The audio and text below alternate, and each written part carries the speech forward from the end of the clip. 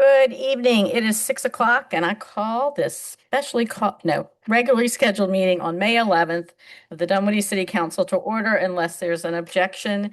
Seeing no objection, the meeting is called to order. Councilwoman Harris, will you lead us in the invocation and pledge, please? Everyone, please rise as you are able. At this meeting, help us to make decisions which keep us faithful to our mission and reflect our values. Give us strength to hold to our purpose, wisdom to guide us, and a keen perception to lead us. And above all, keep us charitable as we deliberate. Please join me in the Pledge of Allegiance. I pledge allegiance to the flag of the United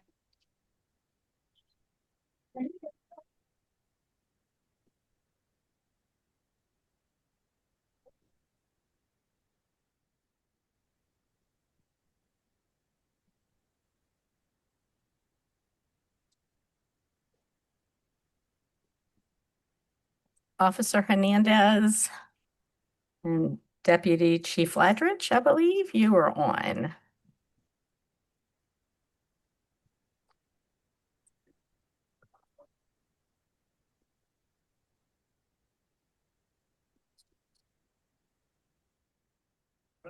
It is now. I'll start again. Okay. So good evening, Mayor and Council. One of the hallmarks of the Dunwoody Police Department has always been its community engagement. And as you know, we have two fantastic police officers, Officer Teresa Hernandez and Officer Terrence Alexander behind me, who really organize and run most of our programs. And one of our flagship programs is the Citizen Police Academy. And I'm going to get out of the way and let them talk about that. And we are here to obviously honor the graduates that have gone through this almost 3-month-long process. Thank you. Good evening, Council and City. So we did just complete our 18th annual Citizens Police Academy. So we do have most of them here this evening, so they'll come up and join us shortly. I think most of you all have joined our Citizens Police Academy, with the exception of our lovely mayor, which we're still waiting for. But great news, the next one, it will be on August 18th. So I'll be looking for that application. I'll make sure I send it to both you and your husband.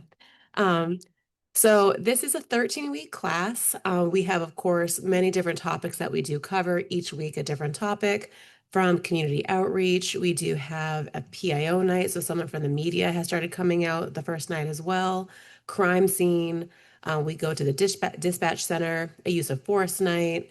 Of course, we have the civilian response to active shooter. CID comes, uniform patrol, narcotics, DUI. We have a simulator. We have a little, again, 13 weeks of classes. And the last night we have what's called a traffic stop night.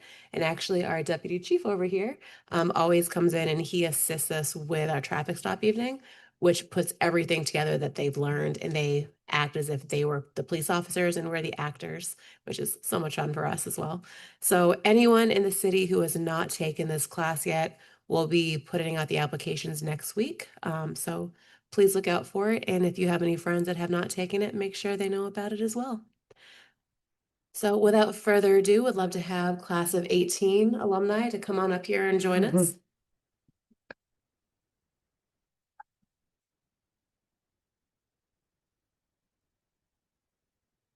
Okay.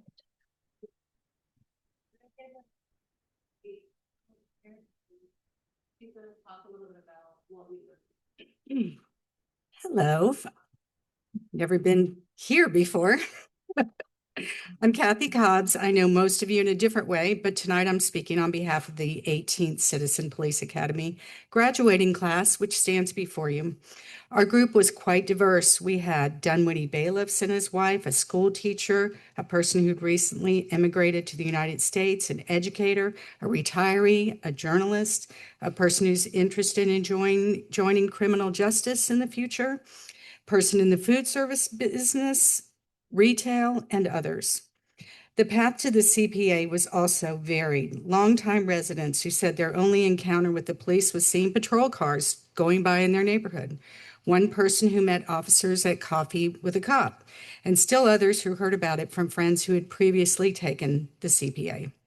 During our last session, we discussed our favorite classes, which of course started with canines, because everybody loves a good dog encounter. Others highlighted the simulated traffic stop, and I must say where about a third of the participants in it are theoretically ended up dead, and the other two-thirds embarrassed about all the many things we missed. The gang talk was also cited as super interesting, and the field trip to Chatcom, but I think the overarching theme as we discussed our experience involved the quality of the speakers, their obvious dedication to their profession, and the depth of knowledge that each speaker brought to the table. And finally, our leaders, Officer Hernandez and Alexander, they were incredible stewards over the entire academy and provided us with a very entertaining and informative experience. So thank you from the members of the 18th CPA.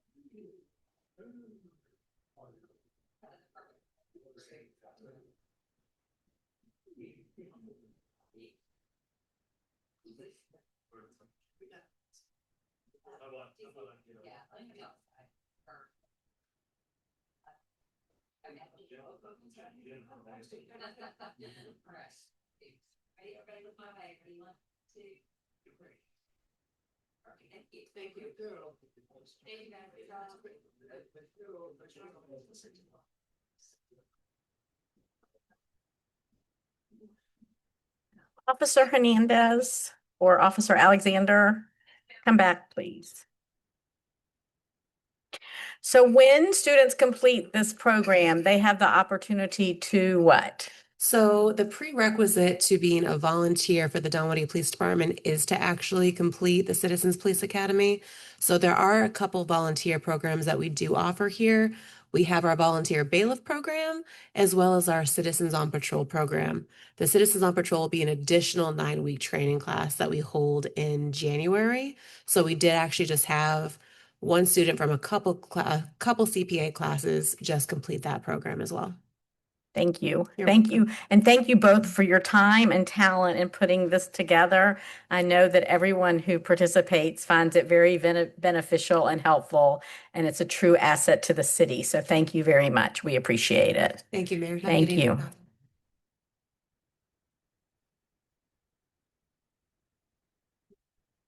Next is public comment. Each speaker will have 3 minutes. When you get to the microphone, just please introduce yourself. Ali, I know you were the first. Is he here? Okay. Always a different side. To be there, but there's a big dog that started coming now that's not here today. No, it's only the second meeting of the month. Okay, So you it's only a big dog that wants to go for a dog. But Right. anyway, I'll start my clock. Right. Thank you, City Council. I'm Ali. I come today just actually with some two very general comments. One comment that I've made kind of a couple of times, and I'm hoping that we might be able to try to address more, is we are getting a lot of traffic from non-Dunwoody residents around the city. So I walk a lot, and we've had some people that are clearly not Dunwoody residents. I imagine more likely from Atlanta as we get closer to the World Cup. A lot of their non-resident residents are kind of being pushed out. And of course, they're going to use the MARTA systems or any other means to try to get out of the city of Atlanta. We're getting a lot of that exposure. I hate to say it, but even as walking, we're seeing certain people sleep on the streets. We're seeing some of our brand new, beautiful buildings out there, new construction. We're having people again sleep right on the sidewalks. We're having some people, in violation of Dunwoody codes. Last night, me and a friend went to Velvet Taco right on High Street, and we had a person there, of course, clearly not a Dunwoody resident, causing issues with other patrons. I believe, I don't know if police were ever called, but security had to intervene. Long story short, these pushes are obviously kind of negatively affecting the rest of us. So I'm not sure what we are able to do, but if there is something we can do to politely enforce some of those code enforcements around sleeping on the streets, other non-residents coming in, maybe causing disturbances or other issues, and kind of enforce those code enforcements or enforce those laws we have set in Dunwoody to protect us, that would be very helpful. Again, my fear is as we get closer to the World Cup, we will have more and more visitors for the foreseeable time as Atlanta attempts to clean up their supposed image. The second thing is we are getting towards, I guess, election season. I think we all noticed that with the mass amounts of phone calls, text messages, letters, media, all sorts of fun stuff. And what I'd hope that the city could maybe assist us with is, this is the one time in a year where I like to make the joke that we're actually important. So our supposed government officials kind of now supposedly make comments that were important and things are actually relevant.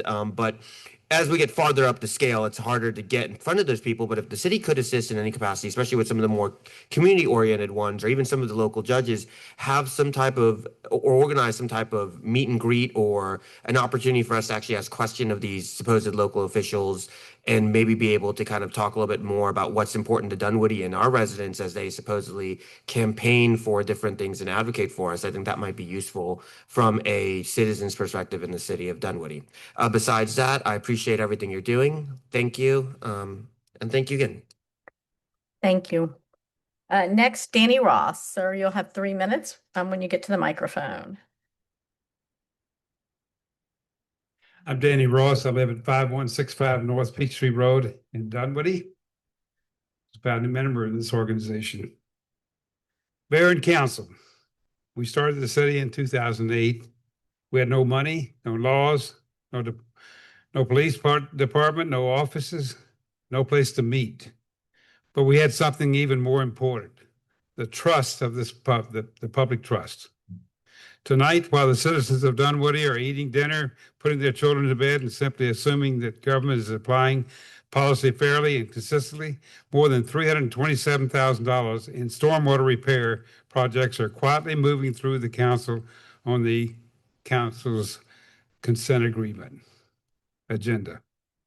No debate, no controversy, no constitutional crisis, no lectures about gratuity clauses, no warning about private property, no wall of attorneys, just approval. At Lakeside Drive, Hidden Branches Drive, and Layfield Court, the city openly acknowledges responsibility for failing stormwater systems, collapse of pipes, sinkholes, structural deficiencies, and aging infrastructures integrated into the city's stormwater network. And the city is doing exactly what the citizens expect the government to do. They're repairing the system. But when the same issues came to Kingsley Lake, suddenly everything changed. At Kingsley, 6 city stormwater drains collect runoff from hundreds of upstream acres and discharge it directly into our lake. The city uses Kingsley Lake as part of the stormwater conveyance system every single time it rains. Water exits through a damaged spillway into a city-owned detention facility downstream and continues through the city drainage network. The city uses the system.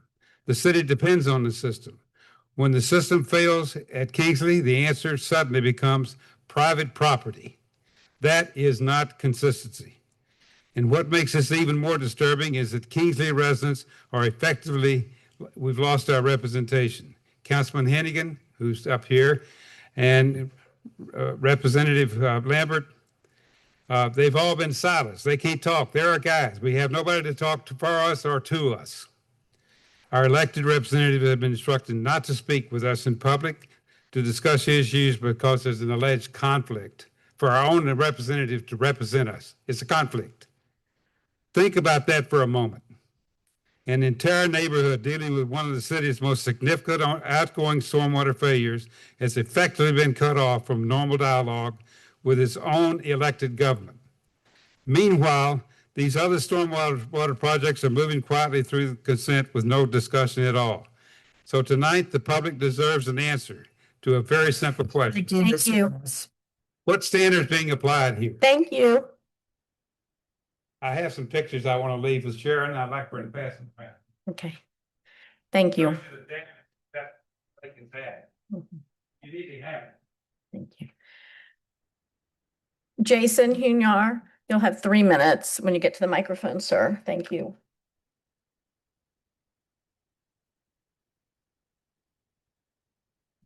I'm Jason Hunyar. Lynn, on the 13th, you claimed the city was acting as transparent as possible while you privately met with the CEO of Flock. despite that I'd sent you documented evidence of him lying directly to the city council in Denver. Yet you chose to meet with him over one of your actual constituents. On top of that, on February 12th of this year, the city privately hosted 3 crisis management firms from Washington, D.C. Oh, that sounds really fun. These firms' websites literally describe crafting a proactive narrative and driving activations of their networks of over 1,000 local operatives. Glad we had them here to represent Flock. And this secret meeting is really supposed to be transparently, apparently. Then I found out that Director LePage had solicited $2,000 from Flock weeks before she completed her security assessment, where she changed the scoring rubric from the assessment to what she presented to you. There are over 30 line items that should have been marked red according to her own rubric that she sent to Flock. Flock has so many blatant security vulnerabilities. They've been documented by the Congress, the Senate, and the Department of Homeland Security. But don't worry, I'm sure the Dunwoody IT department is on it. Let's go back to the creepiest thing that's ever been exposed in this room. On September 11th, 2024, Patrick Creek told the JCC in writing that access to their private security cameras was needed, and I quote, solely for real-time critical incident response. But on September 30th of last year, through Dunwoody's Flock network, Flock Vice President Bob Carter logged in and viewed one singular live view camera. This camera was in the gymnastics room at the JCC. He didn't view any other cameras that day. Flock, and now apparently you, suggest that it was for a sales demo.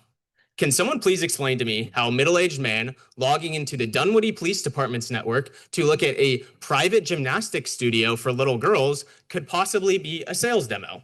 If you were a police officer, would you want to see that as a sales demo? Mayor Deutsch, fresh off your meeting with Flock, you mentioned a demo agreement with the city. When I asked Eric to produce that demo agreement through open records requests, literally quoting their blog, it doesn't exist. So which one is it? Was this allowed or was it not? Is Flock's vice president allowed to log into the Dunwoody Police Department's network and look at all of our children? Can any of you tell us what actually protects us and protects us from Flock employees? What guardrails you've put in place? And who gives a shit about any of those if Flock employees are using Dunwoody Police Department's network to log into our camera network and look at little kids and no one's being held accountable? What are you guys doing? You guys clearly have something to hide. There's something going on here and I'm going to find out about it. You guys should be representing your citizens and you should be ashamed of yourselves for selling out to corporations and putting the security and safety of every single person in this room and the families of Dunwoody at risk.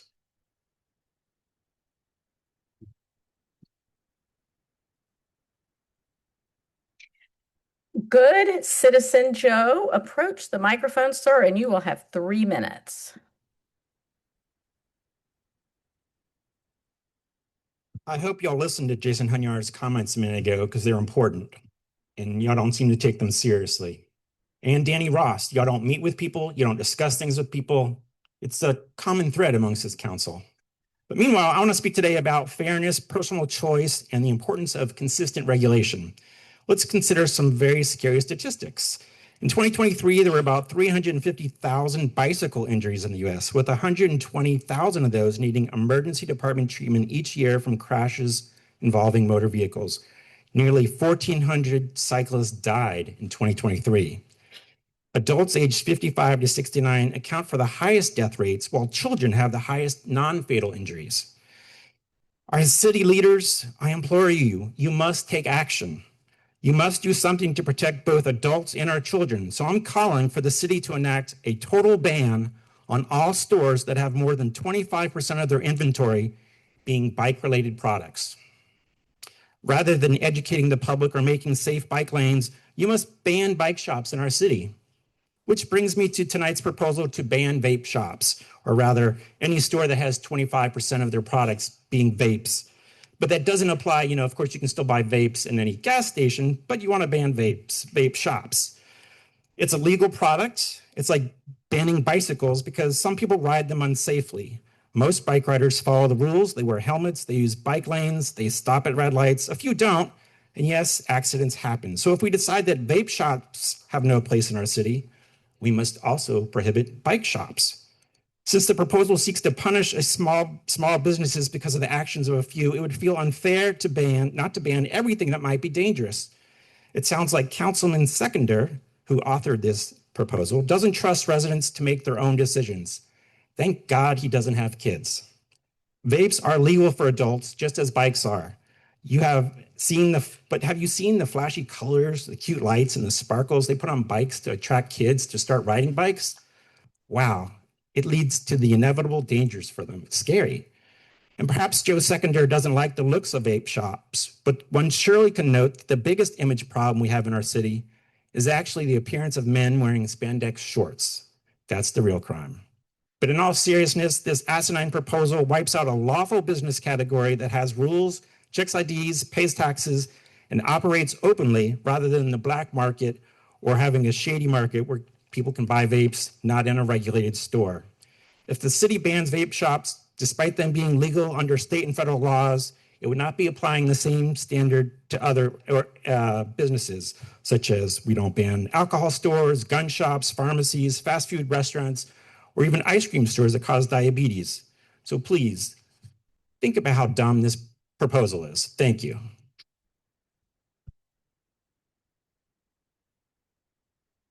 That concludes the public comment cards I have for this session. There will be another public comment section at the end of the meeting. All right, next, Rachel Waldron.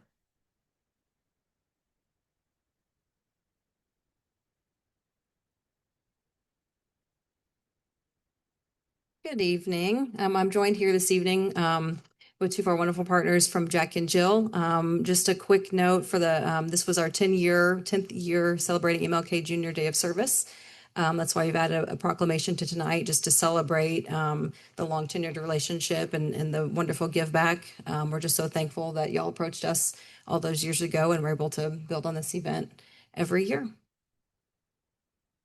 So more than 10 years ago, representatives of Jack and Jill approached me about the idea of doing a day on rather than a day off for Martin Luther King Day, Junior Day of Service. And I think it has been so much more successful and had so much more staying power than any of us could have imagined all those years ago. And it really is one of our proudest accomplishments and one of our more successful events. It brings people together. It can be 20 degrees outside and the ground can be frozen hard, frozen solid, and people are out there shoveling and planting scores of trees and daffodils and all the other projects that we get accomplished. And I'm really proud to present this proclamation. And it is a really great, I've used really too much. It's a great example of a private-public partnership that has just thrived in the city, and we so appreciate. And I'm going to come down and present this proclamation, if that's okay.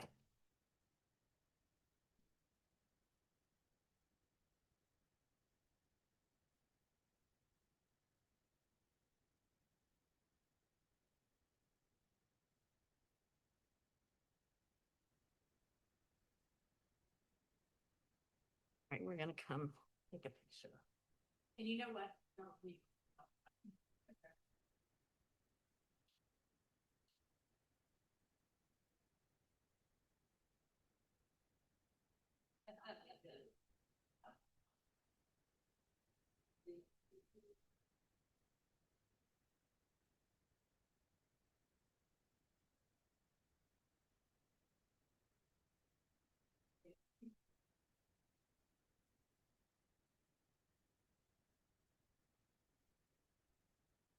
Good evening. My name is Dr. Odyssey Fielder Kimbrough. I am the Vice President of the Dunwoody Atlanta chapter of Jack and Jill, and this is Christina Cage, who has served as our community service chair for the past 2 years.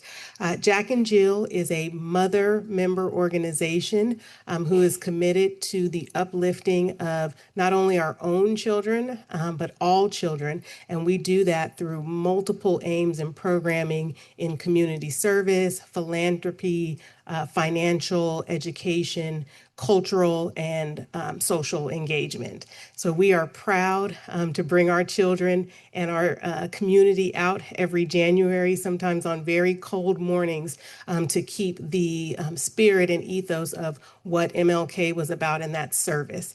And we are very thankful to the city of Dunwoody for this opportunity, and that has grown and is so well publicized and attended every year. So thank you. Thank you. And sure. And this summer, we're doing a joint blood drive, which is in the middle of the summer is when the supply is the lowest. And we're excited. It will be in conjunction with the country's 250th anniversary. I think it's right around the 4th of July. July 1st, partnership with American Red Cross. Right, partnership with the American Red Cross. It's a great initiative. You brought that to us too, and we're grateful. And Jack and Jill is such a wonderful organization and really lifts up everything they touch, and also gives their members and their members' children an opportunity to serve our community and beyond. So thank you very much. Thank you. Thank you very much.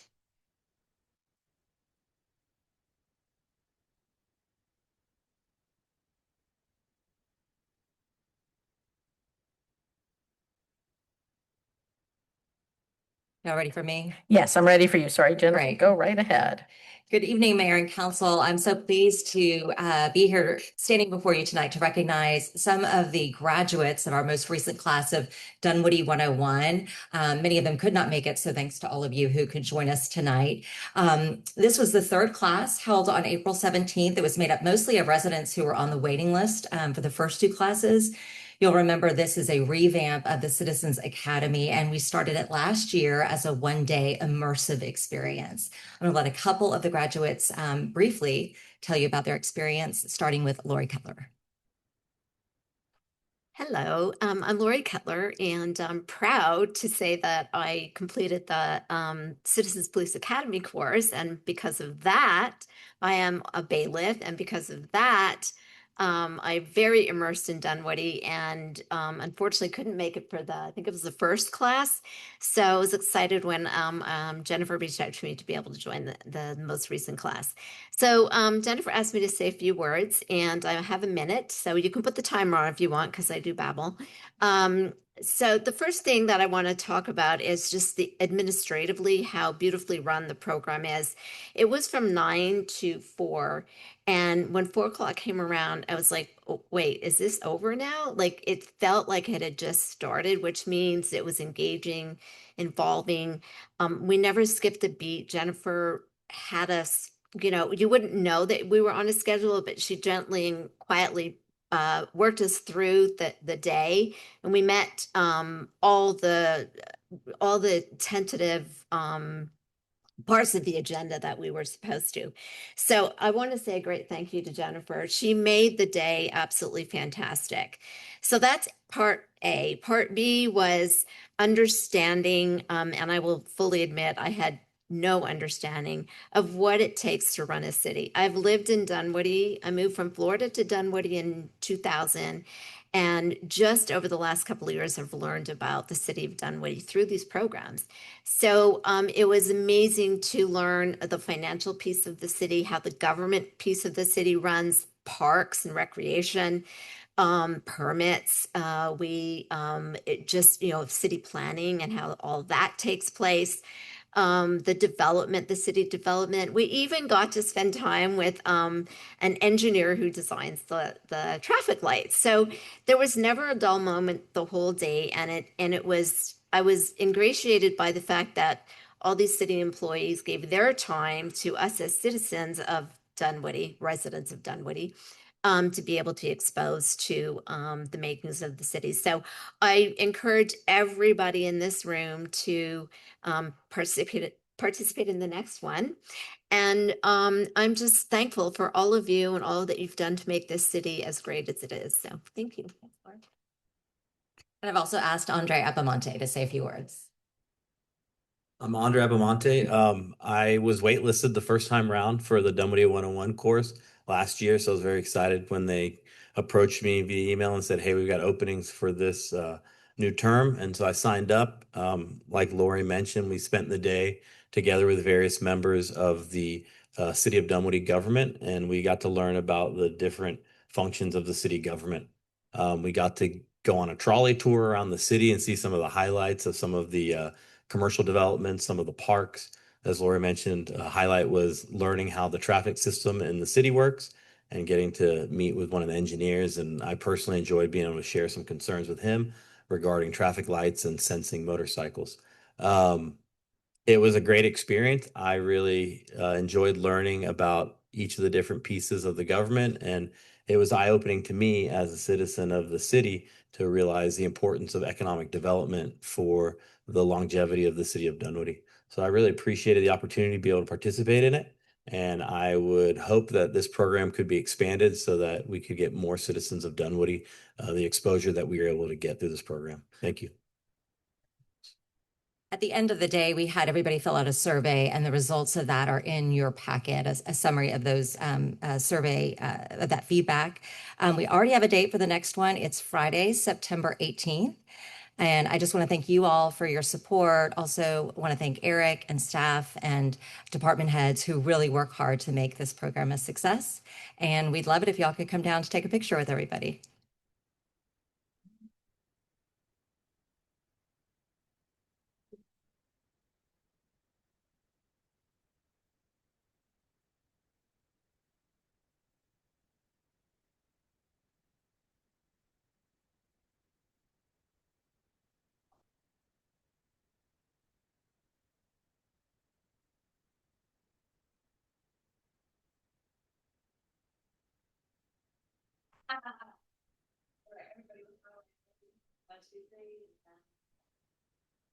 Thank you so much. Round of applause.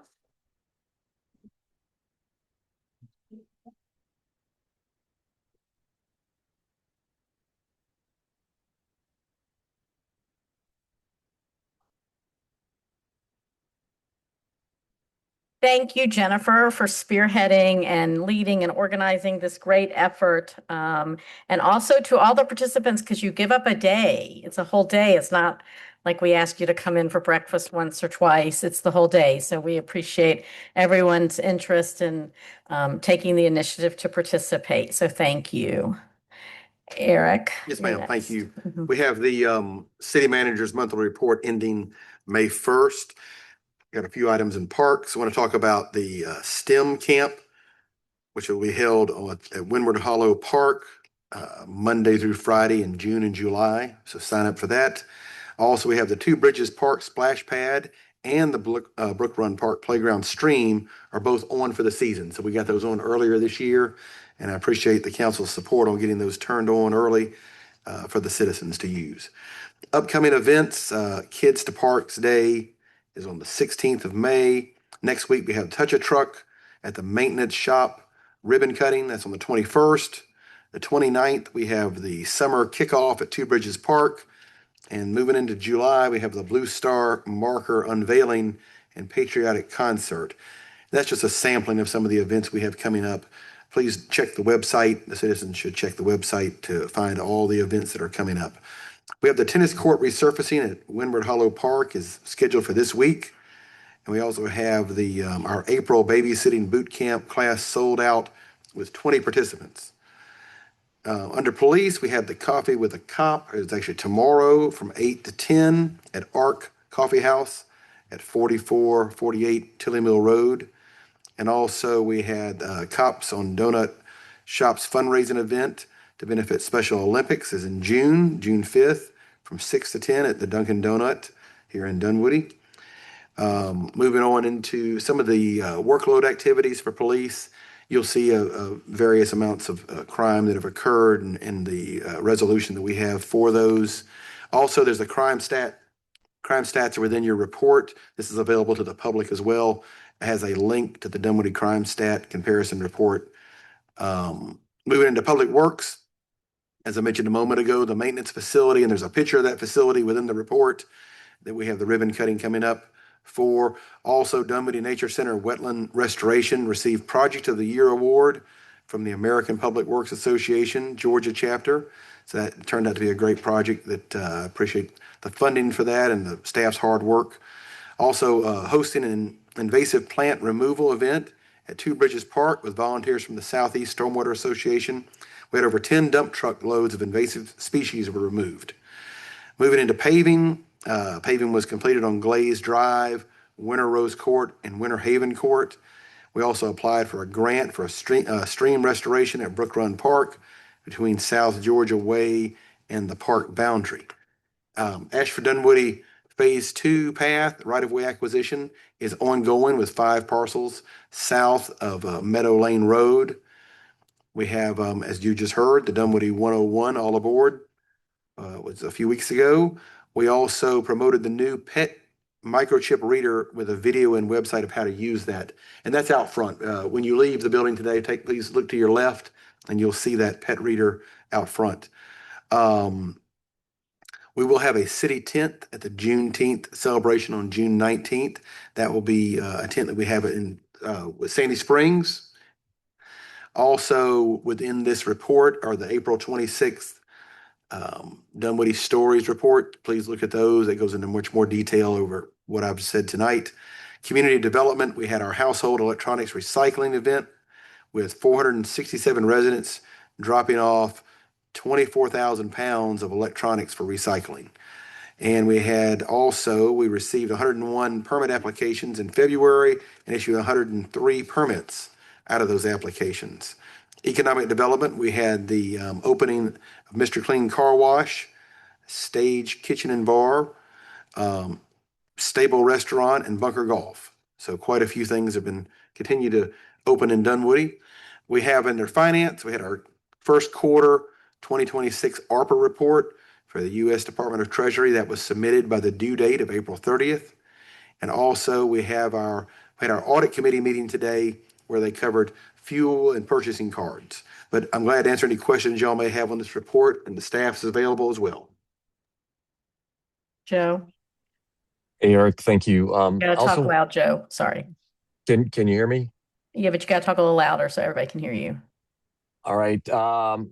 I want to just also give a shout out for economic development, announcement of Infor, a $3 billion company coming to Dunwoody. That's an awesome recognition. Eric, could you explain the delay and the rebid for the Mount Vernon Tilly Mill intersection project, please?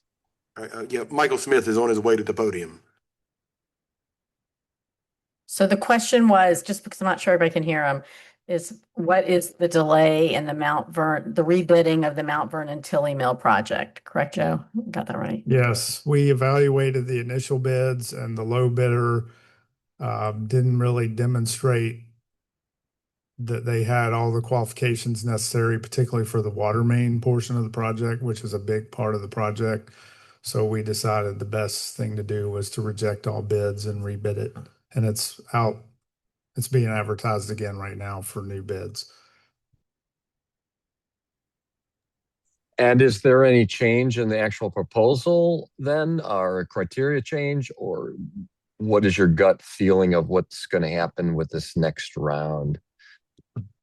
It's hard to say what will happen. I mean, we do feel confident that some of the same bidders will bid again, that were not the low bid, but it's hard to say what'll happen. But we just thought that was in consulting with purchasing, that was the best thing to do with what we had on the original bid.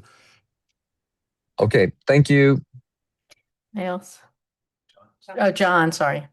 That's all right. Thank you. Michael, water, that is really not our purview, is it? Is it DeKalb County in the sense of the water main? It is, DeKalb is paying for the water main, but as we've done on some other projects like Georgetown Gateway, the water main is within the overall construction contract so that it can all be done at once. And so DeKalb will be paying for it and overseeing that, but it will be our contract with the general contractor, and that water main is part of that contract. And then DeKalb reimburses the city for that portion of it. If that's the case, then why do we have to up the amount that we have to pay now Why are we moving funds around? The original bid should still be within the purview. DeKalb just pays us more for the water main. Or am I incorrect? Well, we don't know until we get the new bids in. We don't know what the prices are going to be. The agenda item tonight to put more money towards that project is just based on where we think the final costs are going to come in. The original bid was within the budgeted amount for the construction contract, but then we're going to need some contingency like we have on our projects, and there's construction management costs. So we feel like when it's all said and done, the overall project is going to need more funding. But okay, since I have you at the podium and we're talking about the project, I'd like to raise one point if I could. Looking at the drawings, Cedar Chase is a dead end street right near that project, and it's going from a in and out going both ways to a right in, right out only. It seems detrimental to those residents that live on that street. Why are we doing a right in, right out only on that? Is there any way we can modify that to allow the residents to have access going both ways? yeah, I need to look at the plans. I think that was updated. That we can, yes, we can address that. I would appreciate if you could look at that. Thank you. Again, I looked at the plans based on the conversations of the costs, and that jumped out at me as being unfair to those residents to being forced into a right in, right out only for a cul-de-sac. Yes, yeah, that we can address that if it hasn't already been changed on the plans. All right, thank you. Anyone here? Stacy. And this is actually a question for, I guess, Paul for community development, and it's okay if you don't know.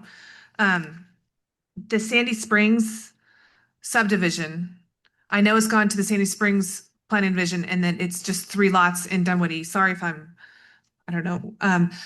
Do you know when it's going in front of Sandy Springs City Council and like where because I saw that it had just been applied for here.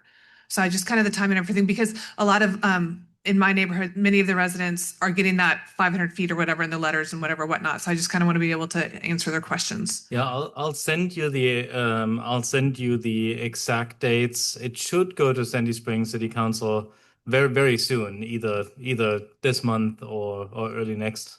But I'll follow up with that and I'll send you that information. And I think, correct me if I'm wrong, but I think the planning commission recommended a change, or maybe the Sandy Springs Planning Commission recommended a change so that the entrance was going to align with Pitts Road. Is that correct? Yeah. Okay. Yeah. So just, if you could forward that information, because I do get some occasional questions about it. And then the other thing I kind of wanted to point out that Eric, you didn't point out, but April 25th was a DEA National Drug Take Back Day, and we collected 192 pounds of medicine. I think that's pretty phenomenal. Anybody else? I should have asked you when you were here, Michael. Sorry. And I don't think it was in the city manager's report, but I'm kind of hearing rumblings about the quality of the paving that DeKalb County is doing with the water pipe project. I haven't actually checked it out myself, but I think it's on Roberts and Dunwoody Club where they've patched. Okay. They were supposed to start the full paving on Dunwoody Clubs last week. They didn't. So they're supposed to start that any day. And I know on Roberts, we told them last week to go out there and fix some of the patching because it was pretty bad. Are they going to pave over that patching? Yes. Okay. Yeah. So just so I understand, this is temporary. Yeah, both Dunwoody Club and Roberts is temporary. Okay. There was a little bit rough on Dunwoody Club. It was a lot rough on Roberts, and we told them they needed to fix it right away. Okay. Thank you. That is nobody else? Okay. Thank you, Eric. Consent agenda. Okay, go ahead. This is Michael. If you go back, or maybe Cody, I have a question on the hidden branches.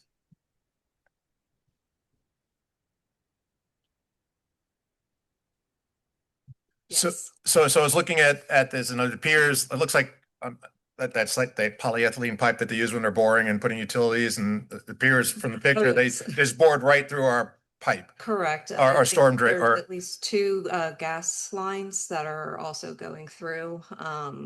We don't know when it was done, but it's pretty egregious.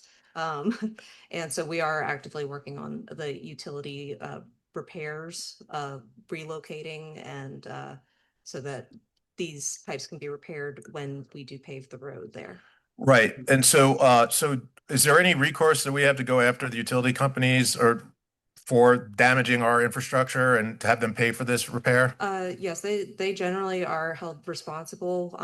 If we cannot find who the utility owner is, we kind of reserve the right to, you know, um, remove it ourselves. And a lot of times that brings people to the surface rather quickly.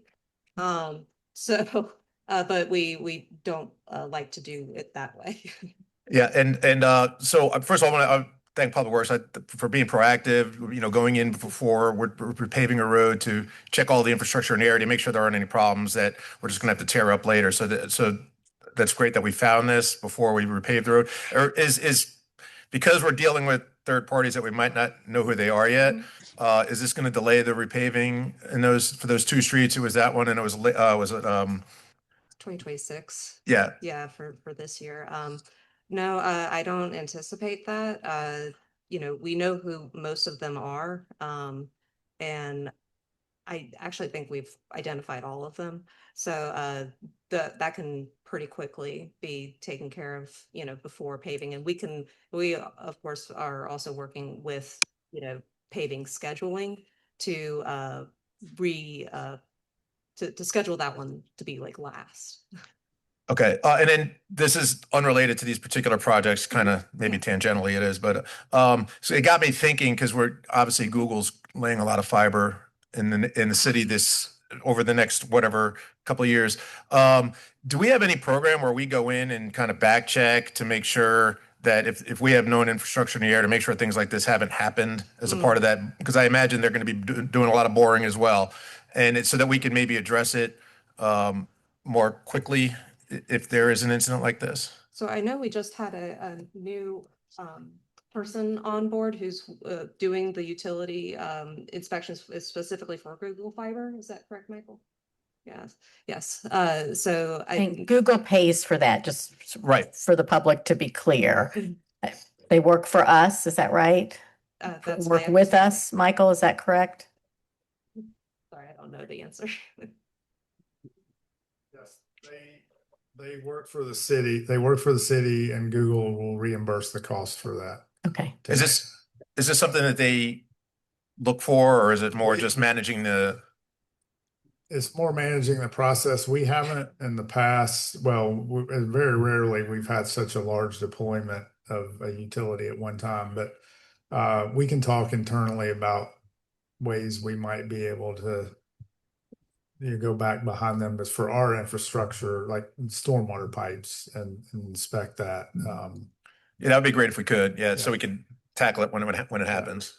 All right, thanks. That's the only questions I had. Appreciate it. Anybody else? Move to approve. Moved by Stacy. Oh, wait, Joe, wait, we'll come back. No, that's fine. Moved by Stacy. I need a second. Second. A second. All right. Is there any more questions and discussion? Joe? Oh, no, you were just vote. Okay. Sorry. Any further discussion or questions? Seeing none, I call the question. All in favor, say aye. Aye. That's everybody, Sharon. All right. Next is Michael. I think. Sorry, yes, Michael Sterling is next. Ready? Okay, thank you. Thank you, Mayor and Council. I'm back tonight to talk about the MOU between the Development Authority and the City of Dunwoody for the Development Authority to manage an economic development sign program. And so to clarify, these are banners. So the same banners that Lemonade Days or the Art Festival does. This is what these signs are. We've received requests over the last few years from economic development partners like the Perimeter Community Improvement District to put up placemaking and branding signs. So the messaging behind these would be, live, work, play, perimeter, shop Dunwoody, that kind of thing. The messages would not be shop at a certain place. It would not be directional signage, only banners. Staff believes that Development Authority is in the best position to determine which partners, proposals, and messages are appropriate for these economic development purposes. Last time we talked about a 1-year pilot with automatic renewals. We took that out at your request. And so it's a 1-year pilot. At the end of that pilot, we'd come back, talk about what worked, what didn't work, and then we would do a brand new MOU between the two parties if the council wants to, and move on from there. So happy to answer questions. Questions? Any questions? Oh, John, go ahead. Thank you, Madam Mayor. Michael, I'm trying to wrap my head around the how you're going to assess the impact. So that we're putting up these banners and we're going to reassess it in a year from now. How are we measuring impact and whether this program is successful or not? Well, I think the biggest impact would be, do we get a lot of complaints about it? Do we feel like there's too many signs? Do people, not want to see signs up all the time? The way we do banners right now, it's really based on an event. So they're up for short periods of time. I think 6 or 8 weeks is the max that they're up. We will also then, for a positive metric, we'll look to the partners who put them up. So PCID would like to do some fairly soon. And so we'll work with them to see if did they find it. They're paying for it.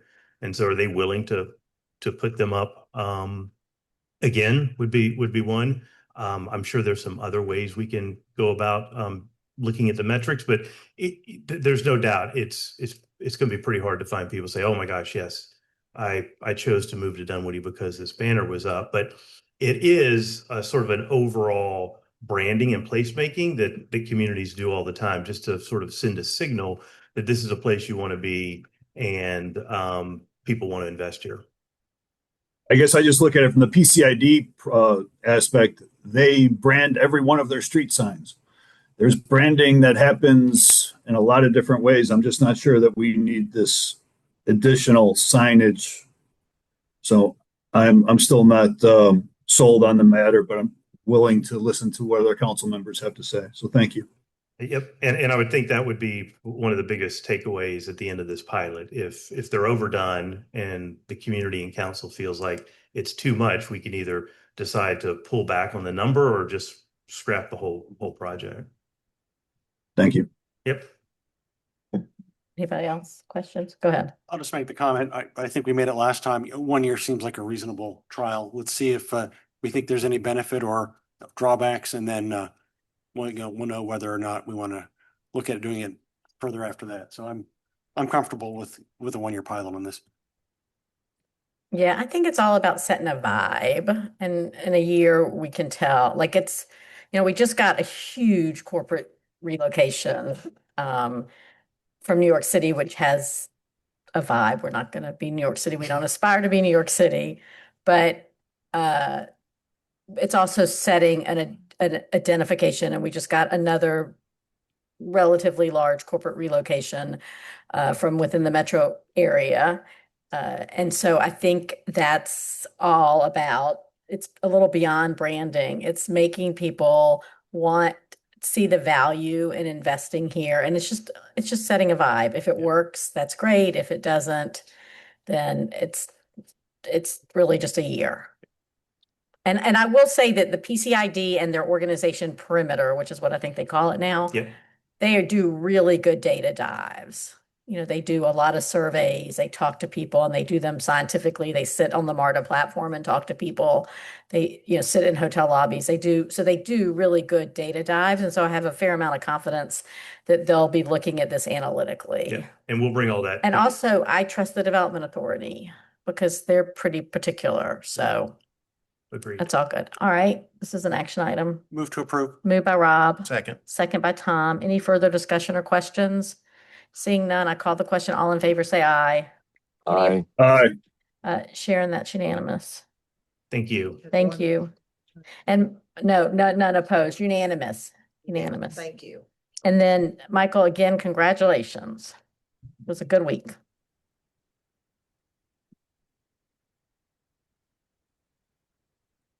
The next item on the agenda is approval to purchase ballistic panels for sworn personnel, Deputy Chief Fladrick.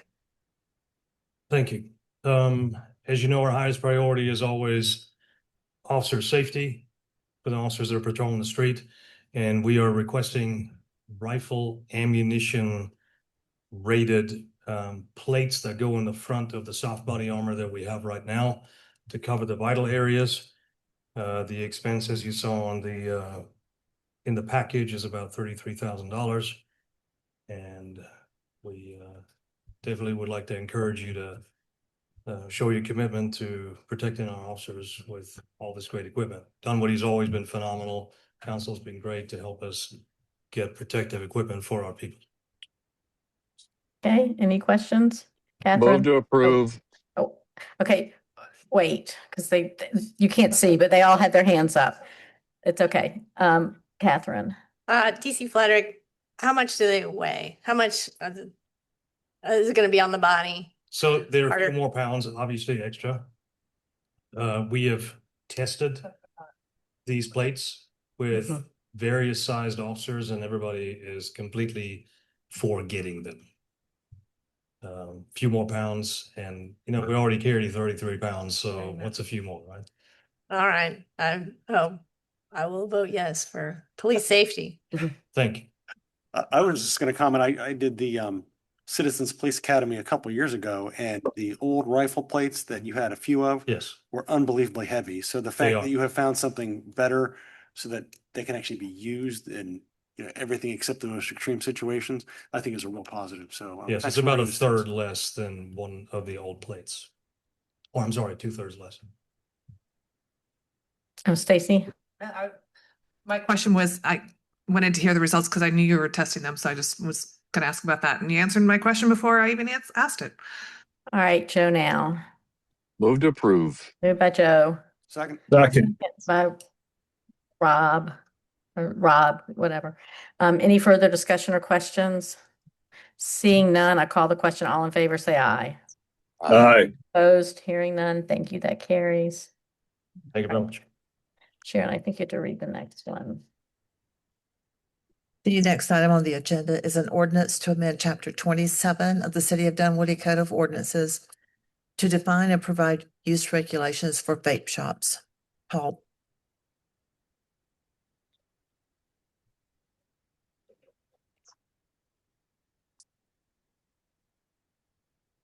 Good evening, Mayor. Good evening, Council. This is the second read for this text amendment. I was before you all in April. I will not repeat the entire presentation that Madeline gave at that time, but I have responses to 3 lines of inquiry that I heard the council make at that meeting. First, I want to go into a comparison with other Georgia communities. Second, I want to describe how this ordinance would be applied. And then third, I want to summarize the results of our legal review. First comparison, I think there was a question at the last meeting. We're not the only city that has this line of an approach to regulating these vape shops. City of Dublin has a similar 25% limit on floor space of these dedicated products, of inventory, gross revenue from these products. So both like a limit on the overall floor space or inventory and a limit on the revenue from these products. Johns Creek has, just to the north of us, has a limit of 25% on the sales of a business of these specified products, and Milton has the same, has a limit of 25%. So similar to what we're proposing tonight. There was a question about distance requirements. There are cities that do use distance requirements to regulate. This is comparable to liquor stores, for instance, typically 1,000 feet from other dedicated businesses, from schools, for instance, from homes. Sometimes it's typically 1,000 feet. We're not recommending this line because the City of Dunwoody does not have a lot of these stores. It doesn't have any stores, any dedicated vape shops. At this point, having a distance requirement alone wouldn't preclude sort of a concentration of these stores to come in. This makes more sense in a place like Roswell Road, where you have along that corridor in Sandy Springs, you have 7 of those stores, and the city may have interest in not preventing them from operating, but from having a concentration of these types of businesses. I think there were questions about the application of this ordinance and how we would approach it. And we would do this as part of the business license application process. Any business in the city limits gets a business license that is administered by the finance department, but community development has a dedicated review for every new application in the city. So planning and zoning staff reviews these applications for compliance with the zoning ordinance, which is what we would do here as well. The way it works is the business provides like a short description of the line of business and provides us the NAICS code, the North American Industry Classification System. And what that is from the US Census Bureau. It's a standardized list of the type of businesses that are operated. So every business falls into one of those types. And we review that for compliance with the ordinance. Now I'll give you 2 scenarios. First is a convenience store comes in with a code for a convenience store. We would review it, we would flag it, we would provide them with the information on vape sales, but we would approve the business license application because that is not captured by the ordinance, so they can operate in compliance with the ordinance. If a business comes in and it's classified as a vape shop, we would catch that business and we would not approve the application under if this ordinance gets approved, because it is predominantly a place of business that sells vapes. From an enforcement standpoint, how do we catch this if someone provides incorrect information? And then if you remember, like, we're regulating 2 things here. We're regulating the square footage, and this would be done by code enforcement, really just going out with the measuring tape and measuring. But we have on the business license side, the finance department has, and this is in the current code as is, and this is not just for vape shops, this is for every business that's operating in the city. The finance department has the right to inspect the books of a business if they determine that something is awry with something, or to determine the sales numbers. An example for this is alcohol businesses have to provide a certain percentage between food and alcohol sales, where we're doing this type of inquiry regularly. And then last item, want to quickly summarize the legal review. This was reviewed by a city contracted attorney specifically to make sure we're flagging any concerns. He did not mention anything. It was Thomas Mitchell who was before you all a few times already, because it is a very typical time, place, manner restriction. This generally, from a zoning standpoint, we're very concerned if it is an issue that touches First Amendment issues. And where that comes up is, for instance, signage can be tricky. Religious operations can be very tricky. Sexually oriented businesses.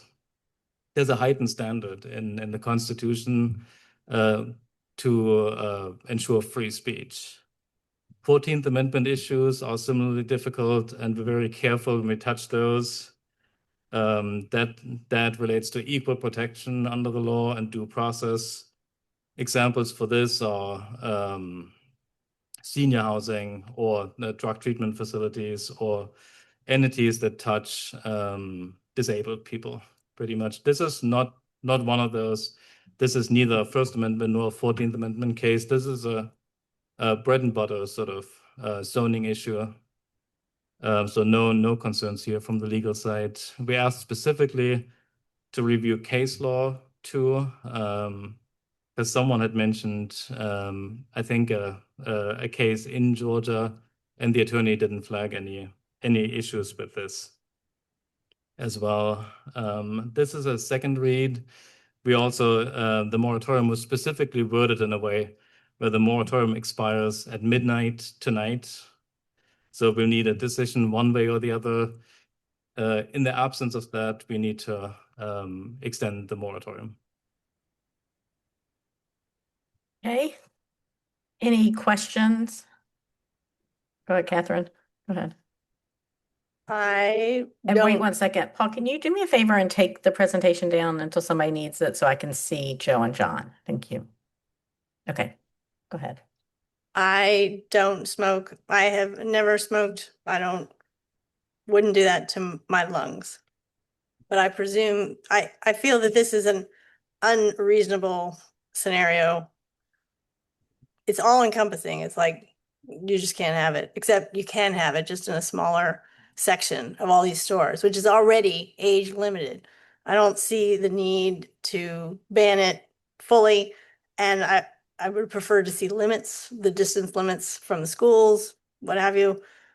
But I will be voting no on this one. So, anybody else? So I think go ahead, Stacy, and I'll get to John.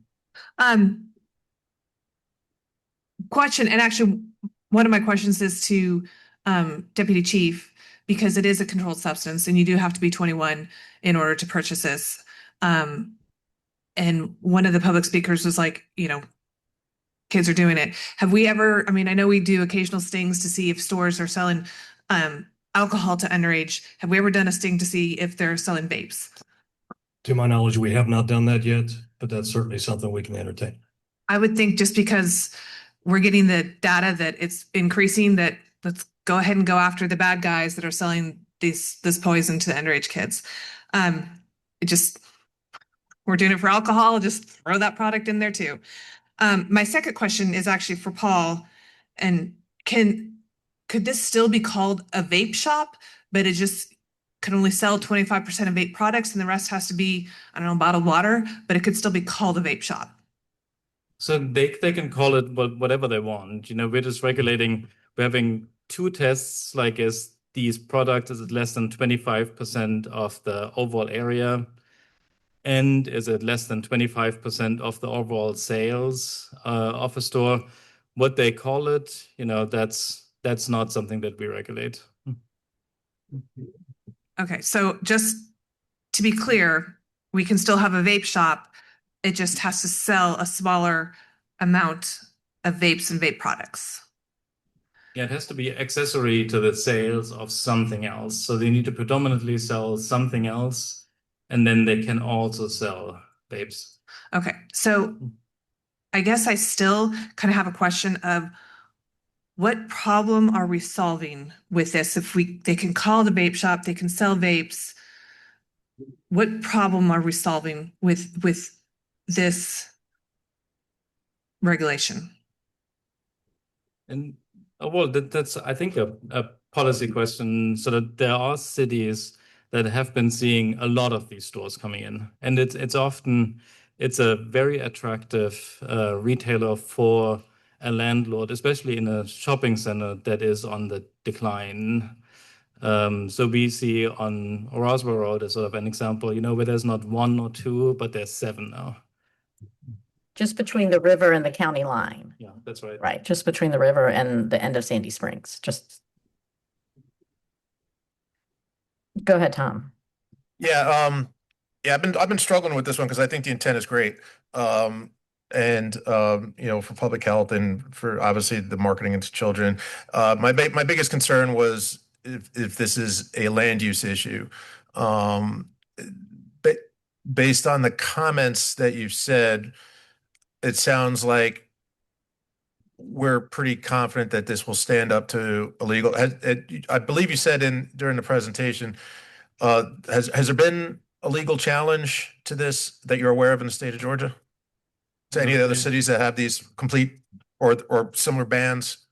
No, the attorney didn't find anything specific about this, but it's not really different from not every city allows every land use under the sun.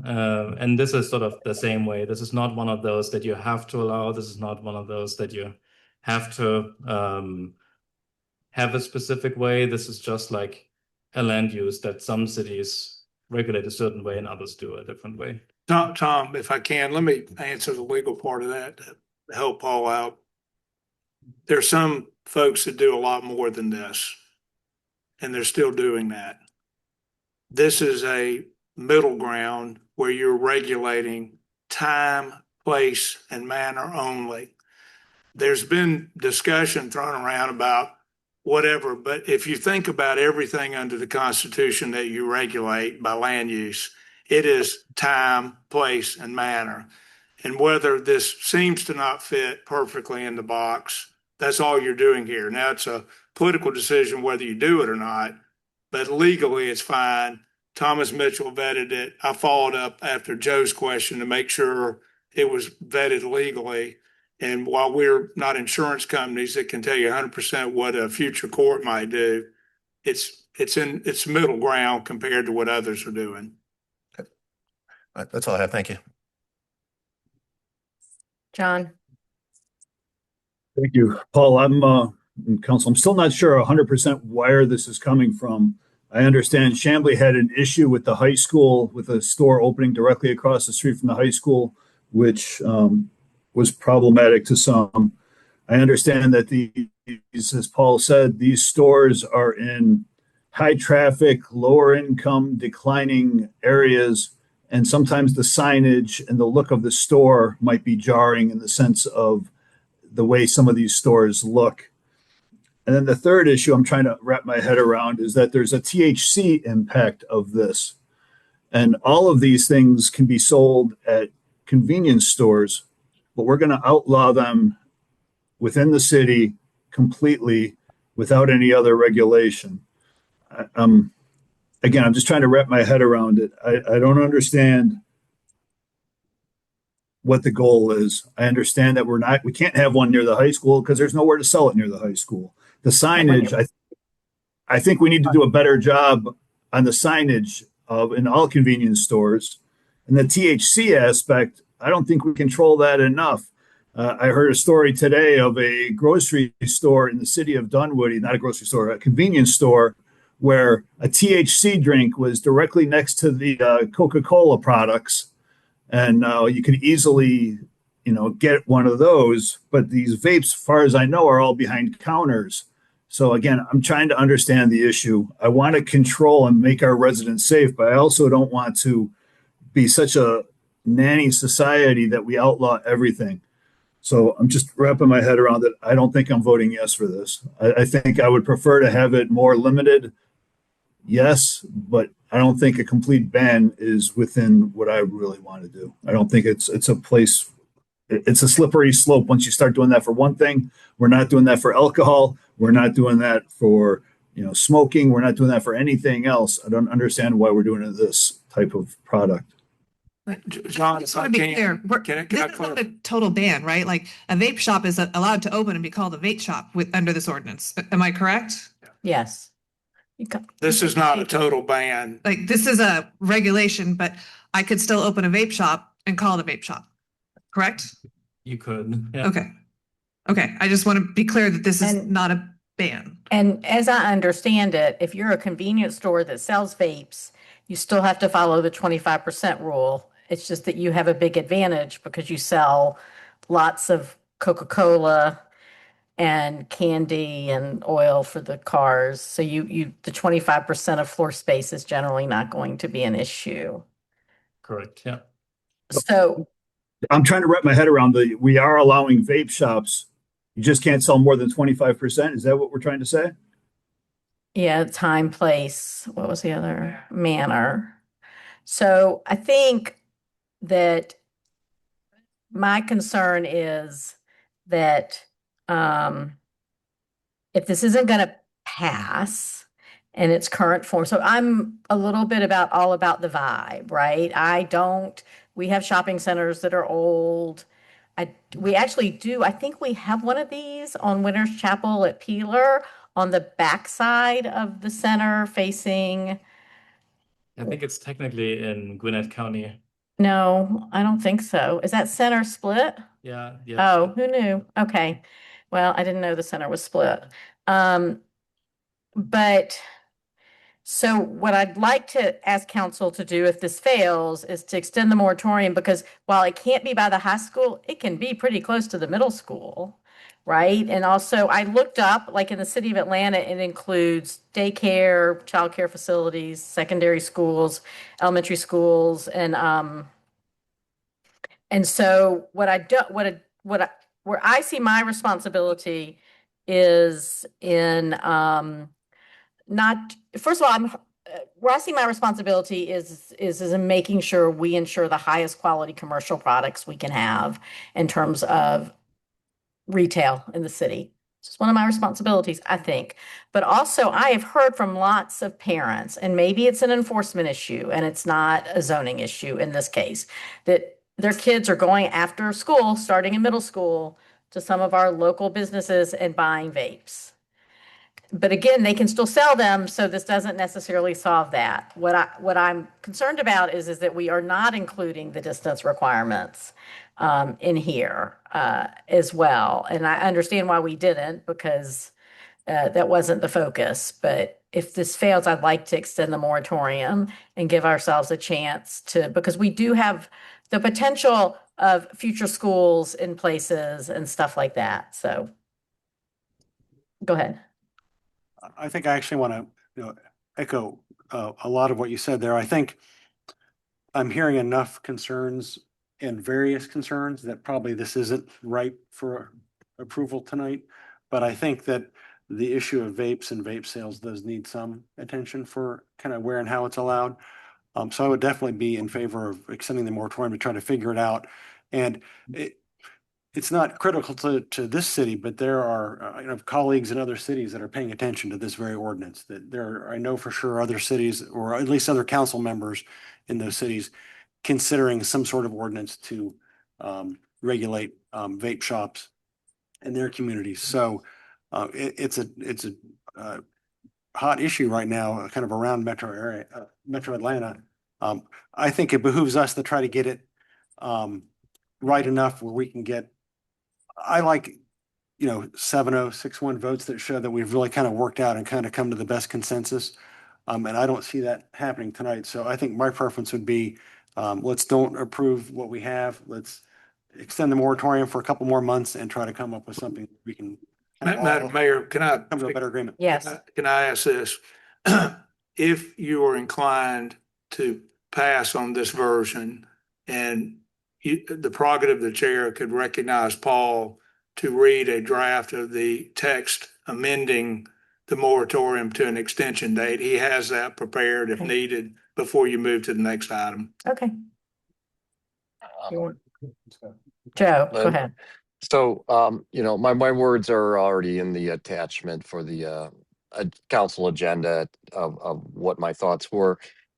And echoing Lynn's comments, they look pretty damn ugly. And when I talk about citizens saying we don't want Dunwoody to look like Roswell Road, and it comes into lower economic neighborhoods and it's targeting people of lower economic means, I will just say that. And it is in the lower rent portions and edges of our city. So yes, we may never see it in Dunwoody Village. We may never see it around Ashford Dunwoody or never see it around Perimeter Mall because of the cost of the rents. But as Paul has alluded to, it's around the edges where the rents are very, very low, or they're absentee landowner that has had a vacancy and they purchased a property and they just need a tenant. And so I'm just going to offer that the will of the council says, I'm putting this out here, right? And if it's political, it's fine. I leave it to you all and appreciate it and move on from there. If you're fine with having a vape shop in Dunwoody, then, and if you say, well, we'll define and then just say that from your heart, that you're fine with having a vape shop in Dunwoody, and we'll provide some kind of limits, and then you're just fine. And then we'll just move on and come what may. So just wanted to speak from my heart, and thank you. Thank you.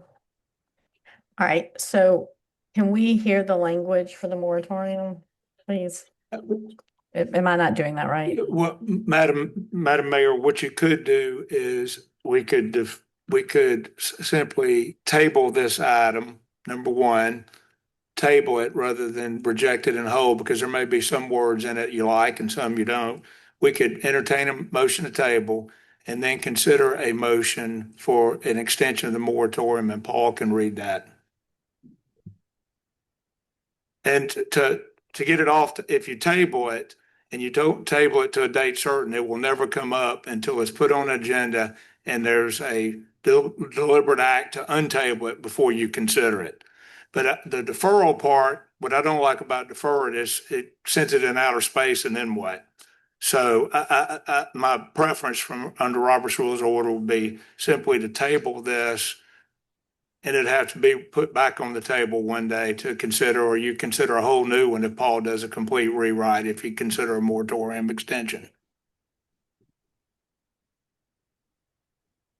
Okay, think. So we would need a motion to table. And then a motion to continue the to the moratorium. Okay, The motion to table could be that it be put on an agenda before the moratorium expires, and then Paul could bring it back, put it on an agenda before an extension expires, so that y'all could untable at that time and consider it, or he may bring you a completely new rewrite. Guess what I was trying to say is if you do entertain a motion to table it to be brought back to council before the expiration of any extended moratorium. do we have a date for the extension of the moratorium? Do we have how many days? 90 days? So I actually have some versions printed out here that I could distribute. Go ahead and distribute it if you would. Madam Mayor, Yes, well, just a point of personal privilege while Paul is passing that out. I need to dismiss myself from this meeting. I have a prior engagement. So I will be leaving the meeting here in a minute or two, and I know that we've had other items on the agenda or possible. I've raised items on North Peachtree Path and the GDOT agreement in prior meetings, and I know those might be coming at a future meeting. I'd love to be available for that, but I will be missing the meeting of May 26th, our next meeting. And I would love for those two items to not be spoken or discussed without me. If I could be there, I want to have some input on the North Peachtree Road path and the GDOT agreement, especially as it pertains to the underpass. So that's a item that I think is. GDOT agreement is right, but the GDOT agreement is not on this agenda, right? No, it's not. I just want to make sure on May 26th, I'm going to be missing. I'm getting confused because I thought you were talking about some of this. Okay, No, that's fine. We hear it's you. not on. He was passing that. I just wanted to say that I'm sorry that I need to dismiss myself from this meeting, but I will be missing the May 26th as well because I'm on a 30th anniversary vacation. Okay, we hear you. Thank you. Thank you. Just confused me a little bit with the GDOT because I was like, there's nothing on. Sorry about that. I just wanted to raise that issue for your awareness. Okay, thank you. Thank you. Have a good meeting. All right. To make sure the record's clear, Mayor. Yes. Paul's proposal is the moratorium to be extended through 11:59 p.m. on August 10th, 2026. If you adopt the moratorium extension, you could adopt the resolution before you as presented by Paul. I move to table the ordinance amendment to no later than August 10th. Okay. There's a motion to table. I'll second. Rob second. Any further discussion or questions? Seeing none, I call the question. All in favor, say aye. Any opposed? Sharon, that was 6-0 because John left. And now I need a motion for the moratorium extension. I move to extend the vape shop moratorium until August 10th. What's that?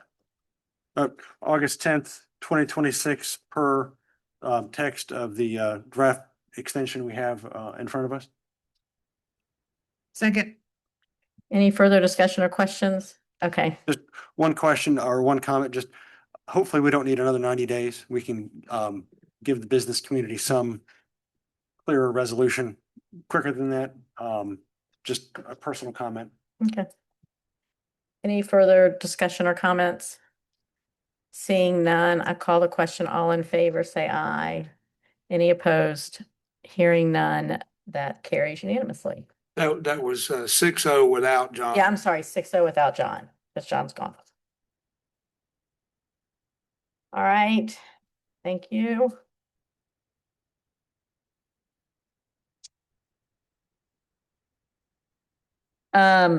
Next is Nicole, and I just want to say, before she presents this item, that several months ago in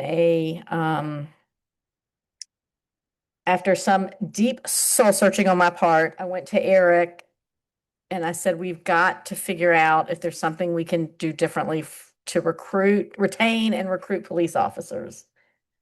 That while I thought we were doing lots of things, I wanted to know what we could do differently, if there were things out there that we had not thought of. Because as you know, we consistently have vacancies. I don't know how many we have today. Nicole may know. Five. We've been holding at 5 for a few minutes. But I wanted to know, because it is, for those of you who may not know and that is listening at home or watching at home, whatever, is that this is an incredibly competitive market, for lack of a better word. We're all cities and we're all like literally next door to each other. So it's not like you're taking a job across the country or even across the state if you choose to go from one agency to another. And I know we have the best police department and we certainly have the best officers, but how do we enhance their career experience and focus on retention as well as eventually on recruiting? But retention was my question to Eric. It is the focus of myself and a lot of my peers, a lot of mayors across the country, is what do we do to help retain our public safety employees? And with that, I turn it over to you. Good evening, Mayor and Council. We did just complete a compensation and benefits study. We worked with Evergreen Solutions, who's been a partner of ours for some time now. And our compensation consultant, Stacy Witchell, is here with us tonight. You may recognize her. She's been with us before. We did a very comprehensive study. There's a full report in your packet. Stacy is not going to go through all of that in detail, but she's going to do a briefer presentation for you to discuss the findings and our recommendations, including a recommendation that will benefit the police officers, and we do believe will benefit the city with retention of police officers. So after Stacy presents, we'll both be glad to take any questions that you have.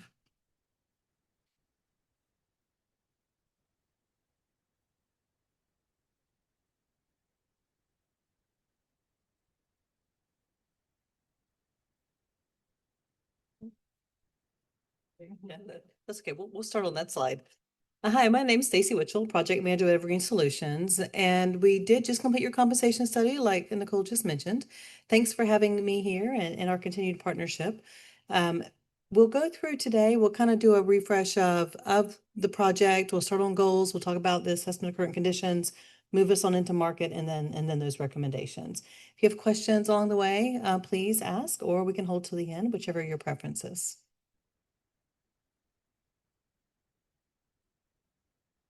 So your study goals, just to remind us, kind of reset where we started, it was to review the current compensation system and assessment pay plan, right? We wanted to look at your plan right now, how you're using it, the strengths and weaknesses of your plan, and if it's meeting your needs currently.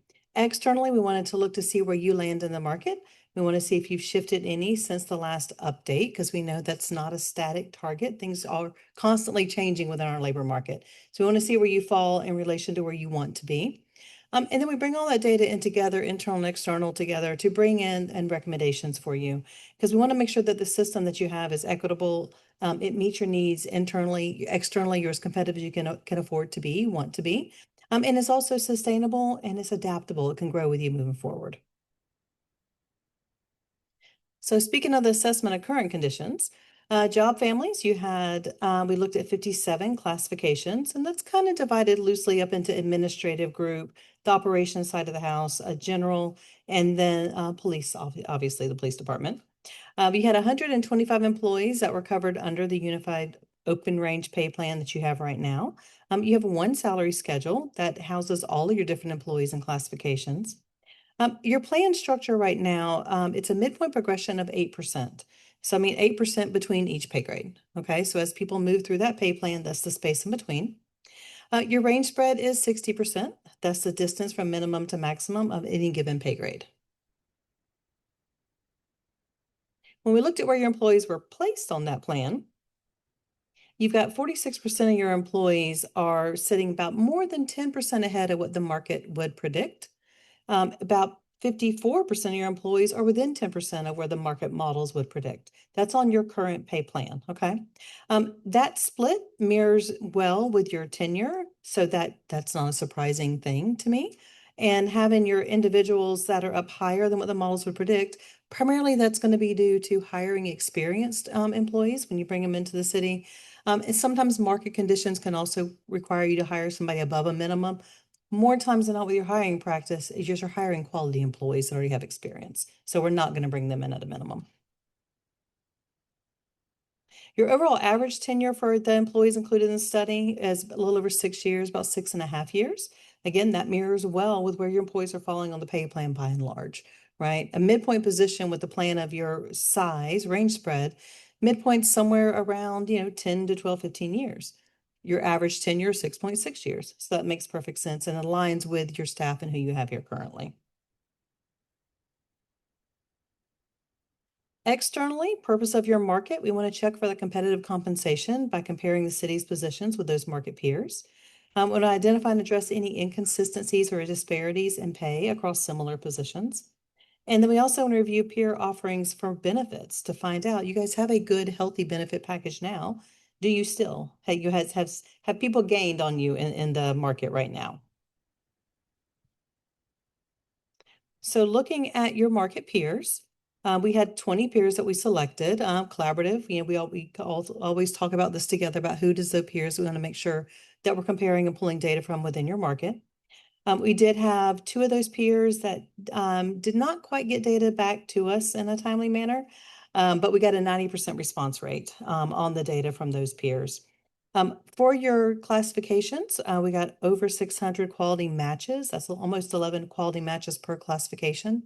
And I always say quality because remember, we're not doing title matches. We're looking at the functions of the positions to make sure that those essential skills, functions, the roles, where they live in the organization aligns well with yours. It won't be a one-to-one, but at least 70% of those things, do they line up? We had 57 classifications that we used as benchmarks, and we had data for all, but I think just 2 of them. We didn't have quite hit that 5 threshold that I need to hit. But otherwise, that's a 96% response rate and match rate. So looking to see where you fell in the market across all your different classifications, if you look at the 80th percentile, you'll see you're slightly ahead of the market at the minimum of your ranges all the way up through the maximums. The 85th percentile, which has been that target place that you've wanted to kind of align to, you'll see you're approximating, you're slightly off of it at your minimums. You do gain ground going to max, but you're gaining ground because if you'll look over there to the right, your overall average ranges are a little bit wider than your peers are on average. You're averaging 60%. Well, you are at 60% minimum to maximum. Your peers fall somewhere between 50 and 60, and so it drops to 56.6%. So your overall earning potential is greater than most of the peers. At that really leading edge of that curve, if you look at that one, 90th percentile, there you're about 5% behind the minimums, and you gain ground to the maximums to about 3.84%. Okay, so it gives you a good idea where you're at in the market right now. You've slid a little bit off of that 85th percentile, but you're approximating it. You're close. So I did split this out to look at both the city overall, and then I looked at police by itself. And so we wanted to see if there's a difference there because, Madam Mayor, as you just mentioned, the competition, right, with recruiting and retaining police officers is a challenge up here. So general, obviously, everybody else, you're looking at about 2% behind at the minimums. But if I switch on over there to police, you'll see you're about 3% behind at the minimums, although you do gain ground going to maximums, okay? And that's across that peer set overall. So I'll touch on benefits. You've got more benefits information that's in your chapter, but I just want to do a quick highlights if we could. You still have a good, healthy benefit package in comparison to peers. By and large, you're covering a higher percentage and cost value of benefits than most of the peer organizations. The snapshot here includes health insurance, where you're covering the employee portion of that, the dental, the vision, disability and life. And I'll switch on over to the next one real quick. Leave accrual and holidays. This is really one of the areas where I saw you're not quite as competitive, and that was on your sick leave accrual. But across the board, leave accrual, you have a very competitive offering there. What was I going to touch on? Housing stipends. So for your housing stipends, we did look at that for sworn police departments and the offering you have right now of $800 a month. 4 of the other 20 peers did offer a housing stipend, but it was very limited in who offered that. Tuition reimbursement, 86% of your peers offer something comparable. And then life insurance, again, 75% of your peers offer something comparable. So with all of the internal, Wait, go ahead. okay. I was wondering if you're gonna, so with the benefits package, we're above our peers, but then with the salary that's slightly below, do those two negate each other? Not completely, but it helps. Okay. Yes, absolutely. This is Joe. If you can, did you hit pension as well in there, retirement? I did. Let me go back to that one real quick. There it is. So I can't see you, but I hear you. Your retirement there, your primary plan, we've got that entered here in your employer and the match. But again, there's more detail on that within that report that you have. But you do have a good competitive retirement package in comparison to those peers. Yeah, I'd really like to know a little bit. I would really like to highlight that what we do for the 401A and the retirement and pension as compared to our peers in a little bit more detail. Yes, so I don't have that full report in front of me right now, but I know with your match, when I looked at your match opportunities that you have with your peers right now, in comparison to peers, that 4% match that you offer and provide in relation to some peers, not everybody provides that level of match or match at all. So that's a big benefit to your employees here. And then the 11% of the salary overall, that defined contribution. Right. And so my day job, I used to work at ADP and PeopleSoft and Workday and Accenture, and I worked in HCM and payroll and benefits and all those things on the application side.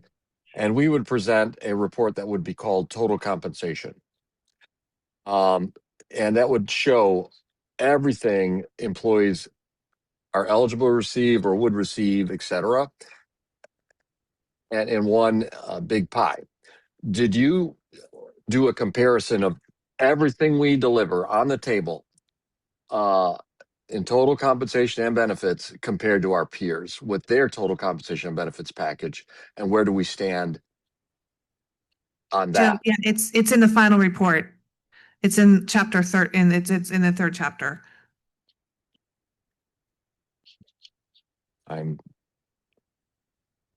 And Joe, if I can too, I think one of the things you're referring to is well, there's a couple. I think one, the pay benefit statements, we used to all get those with our pay stubs. We all do electronic banking now. Nobody gets pay stubs anymore, but that used to highlight for employees the value of all their benefits. They don't see that anymore. So there are some organizations that will actually, and part of the contract, we do what we call a total compensation study. And the total compensation study is a little bit different scope of work, which would get a little bit more into the detail. So it ties the value of your benefits to each individual classification. Am I understanding you right, Joe? That's what I'd like to get to. Okay. And Stacy alluded to it's in the report. If you tell me, I don't want to If you happen to know the PDF page number, I have it open on my laptop right now, and I could Like it's potentially pretty much reference all that. of chapter 3, but like pages 3, 7, and 3, 8 Okay, have charts you. that you can show comparison to Thanks. peers. Thank you.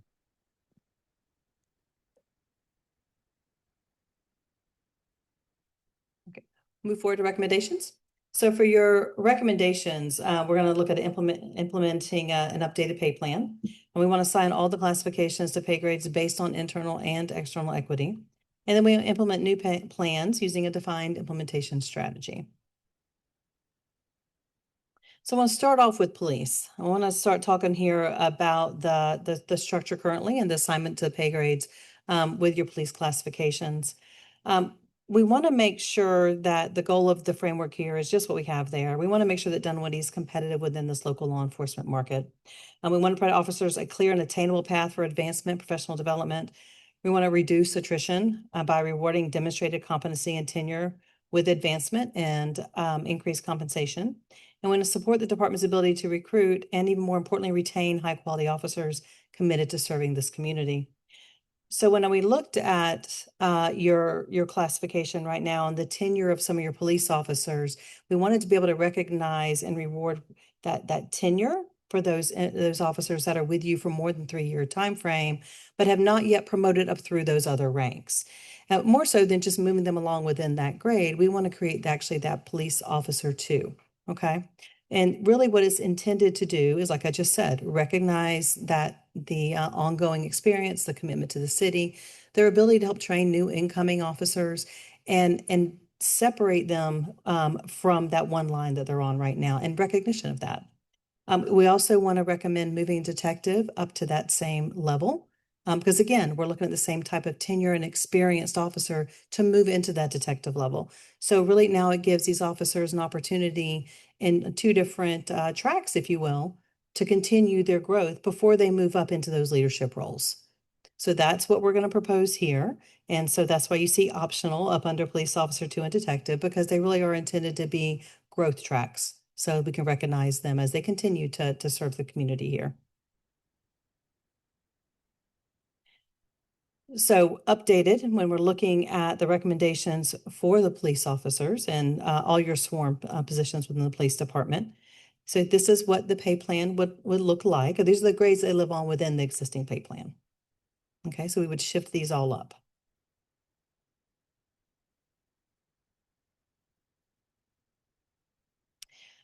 Pay plan, looking at the entire thing now, just not the ones where the sworn police officers inhabit those grades. There's looking at your pay plan, looking at CPI around right now, looking at the proposed 3.9% adjustment, that covers the gap that we're at within the market. So if we were able to do that, then that gets you back up to where you want to be at that 85th percentile. Short of just a couple of positions that we do want to recommend a pay grade adjustment for. I do want to point out here that we want to keep the midpoint progression still with that 8%. It serves you well. It works well to delineate between the levels. But since your range spread is wider than the peers, we can make you more aggressive in the market on the minimums, and I can hold those maximums a little bit so we're not driving it further than it needs to be. Okay. So if I bring your range spreads in from 60% to 57.5%, you're still competitive, you still have a slight edge, and we're able to focus more on that front end and make it more competitive. For the titles that we want to recommend pay grade adjustments, these are the ones that within a market findings came in a little bit more behind the market than that 3.9% would cover. So these are ones we would want to recommend an adjustment to a pay grade. So we were looking at fleet maintenance coordinator, technology, the IT positions, a couple of the finance positions, and your planner positions, that building official. These came in further behind market than, like I said, the 3.9% would address. For recommendations moving forward for implementation strategy, we want to have a little bit more of a targeted approach to this. So what we would recommend for your general classifications is that we align them on a bring to minimum approach, because you are going to be applying that COLA adjustment there. For your other positions within the sworn positions within police, plus the police service representatives, we do want to place them accordingly within the grades and then address the compression within the police officers. So we do want to provide kind of a two-tiered approach, if that makes sense, to handle the needs of both groups individually. And if we did that, it's about 208,000 in total. The bulk of the people they're getting adjusted, obviously, is police. That's 43 of the police. Of that, 37 are the certified sworn positions, and then 6 are those police service representatives. There's only one general position that would be adjusted. Everybody else would fall within, even with the grade adjustments, they fall within a range of where they already are. Recommendations going forward, conduct a classification study to further just investigate any internal equity and to update job descriptions if you need to moving forward. Conduct annual small scale market surveys. You guys do a great job of this on a regular basis. Continue to do that to make sure your plan stays where you need and want it to be. Conduct class and comp aggressively every three to 5 years if you're looking at that comprehensively. And then review compensation guidelines annually, revise them as needed, just so all of our current public sector documents stay current and relevant. And with that, I'm happy to take any questions. Questions? Questions?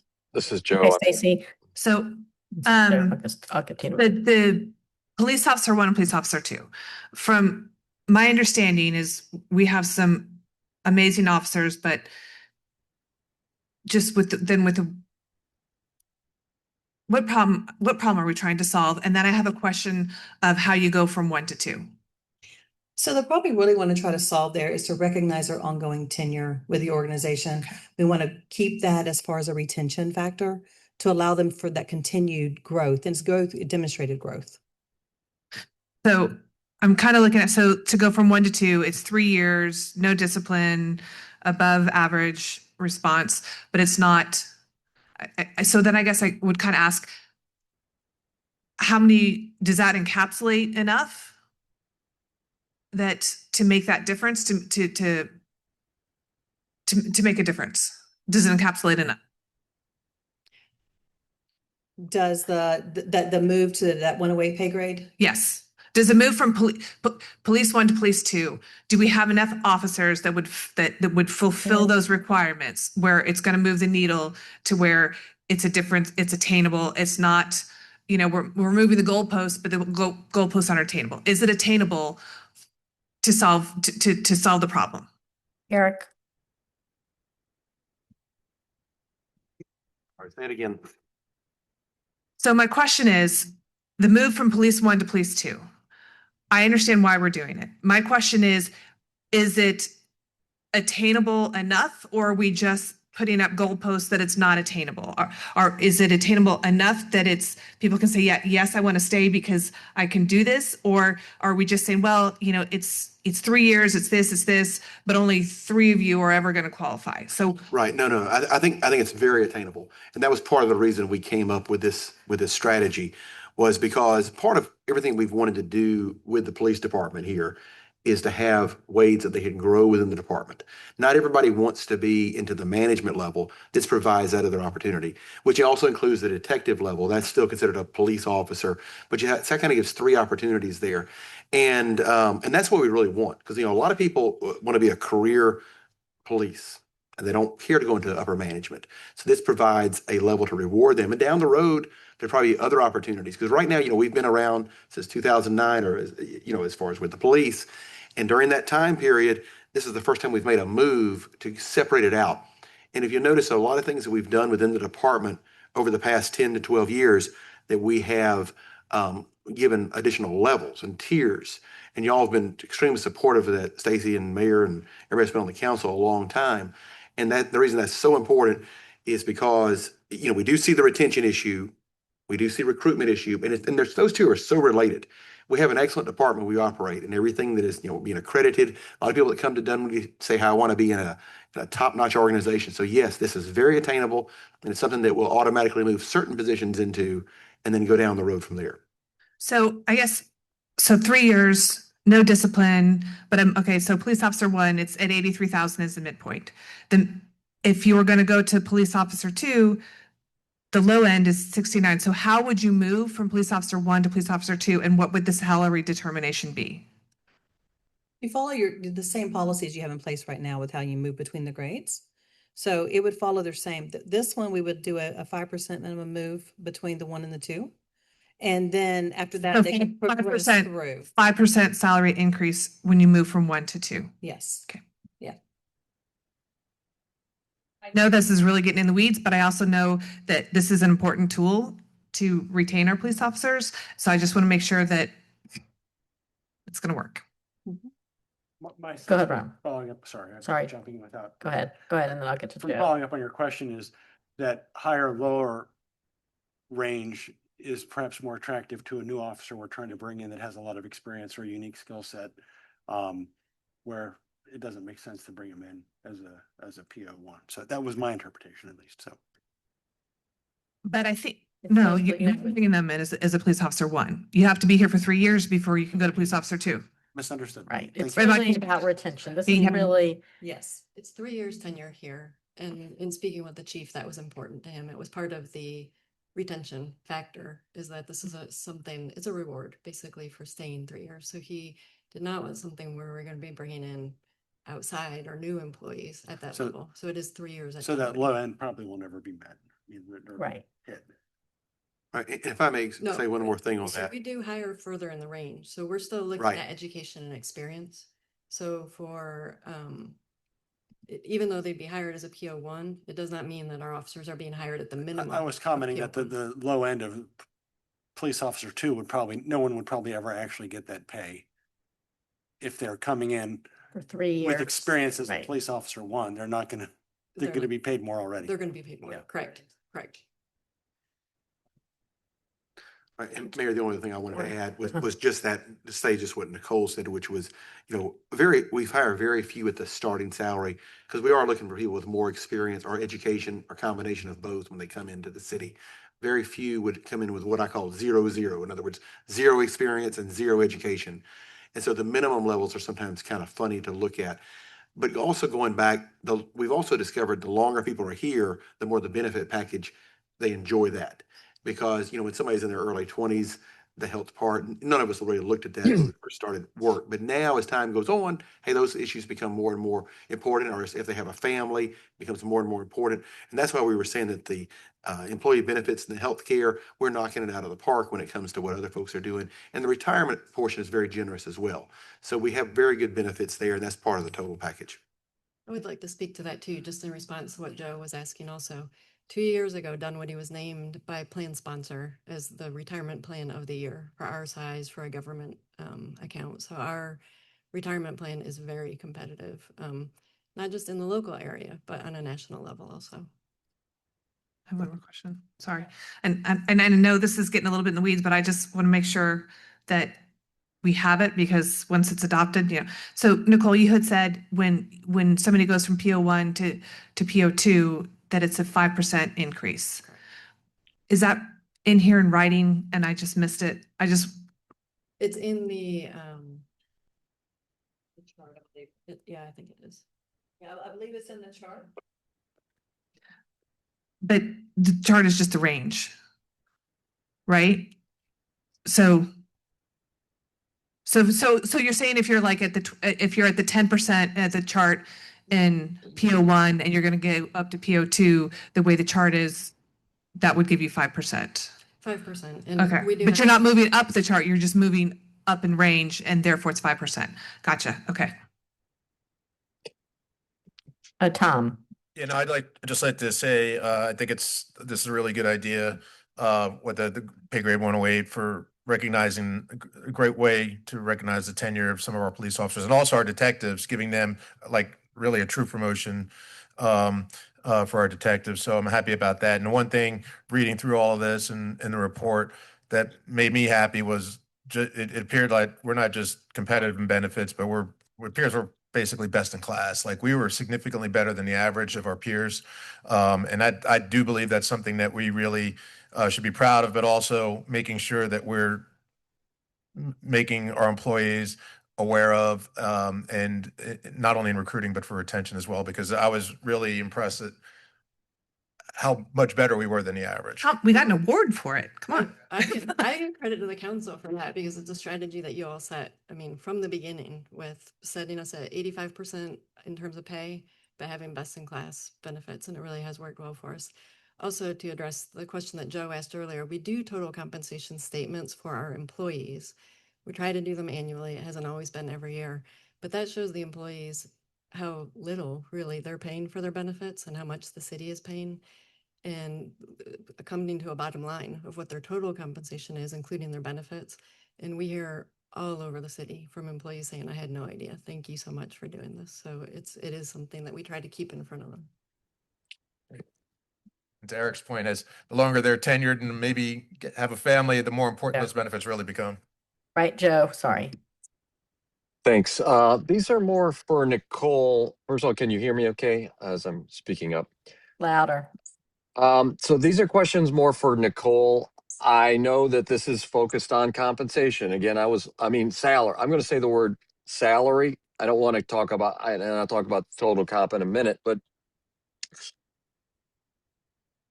I know we're a small organization when I'm used to dealing with much larger organizations where they have more bandwidth and they're doing more things, surveys to employees, dashboards, and communicating. So I'd like to know, I've got a series of a couple of questions, Nicole. Do we do pulse surveys to our employees? How are you doing? How are you feeling? Are you feeling worthwhile? How is your total compensation? I'll wrap around these questions. I'd like to hear from you, Nicole. The surveys now, and do they understand? Would they like more housing allowance? Would they like a better tuition allowance? And do we do exit interviews? And do we know why those people are leaving?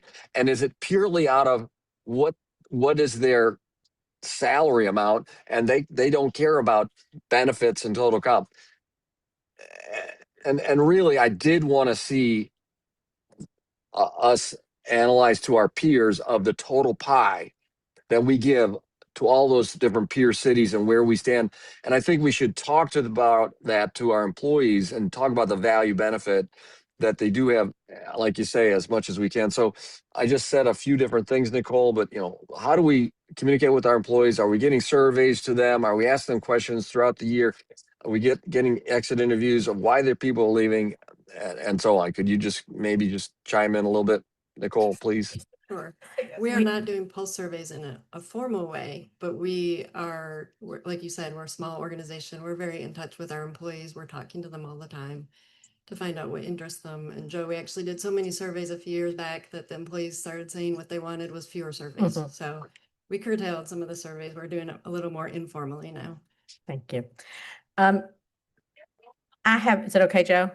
Well, and then do we do exit interviews? And have No. we found out that one of the reasons they're leaving is because of the salary, that we're losing the police officers, Eric or Chief, to confirm that? We have not found that compensation is an issue within the police department. Some of the feedback that we've gotten is that they want more specialized opportunities, which is where we've really focused in recent years, is creating more special opportunities. And we're not hearing much of that feedback anymore. It tends to be when people are leaving. A lot of what we're hearing is that they're leaving law enforcement as a whole. Okay, thanks. So I understand the meaning of this conversation. I appreciate the additional pay bands and salary scales and so on to retain people. So thank you all. Thank you. I have anybody else? I have a question, and it's when I'm police aside, we'll give them, that's aside. But for the rest of the positions, when you came up with these ranges, because you looked at 20 governments, 2 didn't respond. Many of these are much larger organizations than we are. How do you rank that? So, as opposed to Tucker. It's close, right? Tucker. I mean, there's some that are right at our size. I know you looked at functions rather than titles, but if a city has, I'm not picking on you, Sharon or Jessica, but if a city has a city clerk and 3 associate clerks, and they're only, say, 120,000 people, and we're 50, so they're a little more than double our size, but they have triple, say, the workforce in that area. How does that work? Does any of that factor in, or that's just too nuanced? It does on some level because it plays into where we're looking at what the role of the position is. Mm-hmm. A smaller organization, and I've worked at smaller organizations and worked at bigger ones myself. At a smaller organization, the maybe the scale of what you're working with is different, Mm-hmm.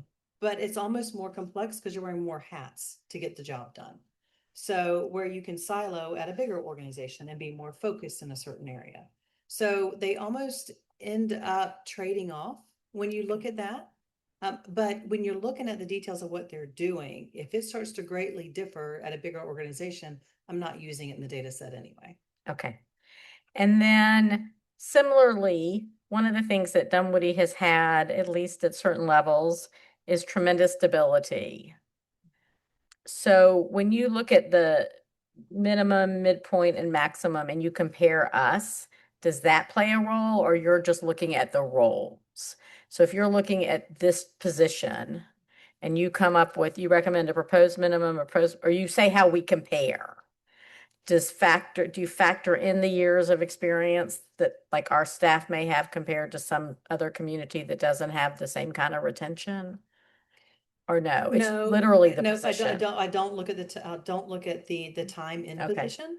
But we do look at the range spreads and the comparisons, and if something is very small in comparison to yours or very large, then that also gets called an outlier and I'll put it out.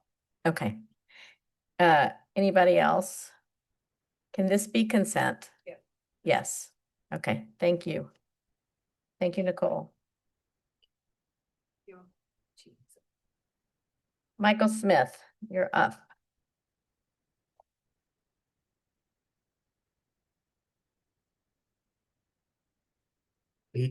Good evening again. This is a discussion item for allocation of additional LMIG funds, local maintenance and improvement grant funds from the state. We recently were notified that we're getting an additional 604,000 from the state that we can use on local projects. This is in addition to 564,000 that we got through our normal annual LMIG process. And the second chunk of money, 604,000, doesn't require a local match. So it's just all money that we can use without any additional contribution. There are some limitations on how it can be spent. For example, it can't be spent to acquire right of way, but it can be spent on things like intersection improvements. And they want the money spent. They want the project that the money's used for completed within 3 years. So Public Works is recommending that we apply this to the Mount Vernon at Tilly Mill project, just based on where we think that the total cost is going to come in. And just for something that came up earlier, just to be clear, none of this money would be used to pay for the water main installation. It would go towards the city's costs for the project. And then also, I looked up the question about the no write-in, write-out at Cedar Chase. That was in an early version of the plans. That's not in the final set that's out for bid right now. So if you have any questions, I'll be happy to try to answer them. I have a question because I don't think nothing personal, but nothing ever goes on schedule. Would it be better to take the $600,000, put it towards paving, and then reallocate some of the money from paving to this project so that if we hit the 3-year mark? That's another option. I mean, we could do that. I mean, I'm concerned. I don't want it to take more than 3 years, but I'm just concerned that one rainy year, one uncooperative utility company, whatever messes us up and we're not in the best position. To me, it's safer to spend it on something and then move money if you can work with Richard Plato and figure that I'll out. talk to him about that. We probably maybe put it in next year's paving Right. and then put that money in the other project. Okay. Yeah, it feels like dominoes. Joe, I know, I see Joe.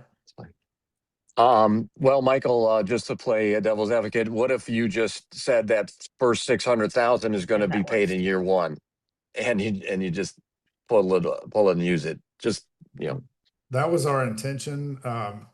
But I think the way it reads is that they want the project completed within 3 years. So I'm confident we could get the money spent pretty quickly, but to the mayor's point about the entire project, we hope it will be completed. We expect it to be completed within 3 years, but it would probably be safer to put it in paving and then move that money. Paving. I mean, we also Okay. have Peeler Path projects. Are there other projects that may need additional funding that you're aware of as that could be built in the next 24 months or used? This is this one's the closest to construction. We, we feel like from everything we know right now, we have, the projects that we're planning to build in the next few years, we have the funding covered, but I will say, things have costs have been going up for several years and we've been able to absorb it, but everything is getting tighter and tighter budget wise. So, but we put it towards this project initially because it is the closest one to construction. Okay. Consent. Oh, no, it can't be because you're gonna come back with, okay. Okay. All right, you're up next too. Okay, the next one here is to receive a $200,000 grant from the Federal Highway Administration from their Safe Streets for All program. This is a supplemental, they call it supplemental planning grant. It would be to conduct safety studies on the high injury network that was identified in our road safety action plan and come up with specific small projects or improvements to do on those corridors.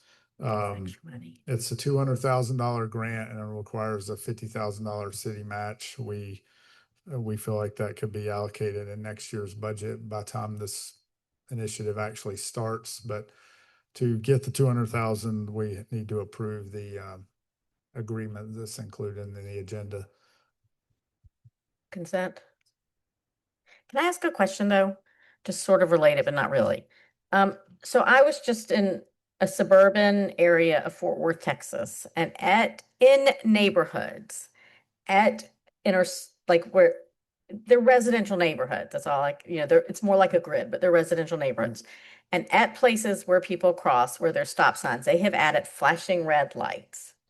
Not beacons, but literally a flashing red light. When you look, I understand because I struggle, frankly, with these yellow lights on the beacons we have in most places. They are not always so noticeable. And I get that feedback a lot from people. So I'm wondering if in this plan, you get a full range of options to consider on how to improve some of these areas. Sure. You're saying in neighborhoods, are these at stop signs? These are at stop signs. So it's just like an extra, Is it overhead? it's overhead. And so it's just like an extra reminder. Yeah, so we stop. have a few of those. Right. Like Dunwoody Club and Ball Mill, I Yeah. think. And Vermac and Womack, yeah. Yeah. Okay. Yeah. But it's just one of those, it just struck me. And it's in an area where they connect to a park with trails. So there's lots of people crossing different places. And it just struck me at how much more noticeable that stop sign is. And we have it in a few, like to me, Vermac and Womack get so busy half the time you have to stop because a car in front of you stops. But I just wondered. So when you get this thing, this is to plan solutions, correct? Right. Okay. All right. Consent. Thank you. Rachel.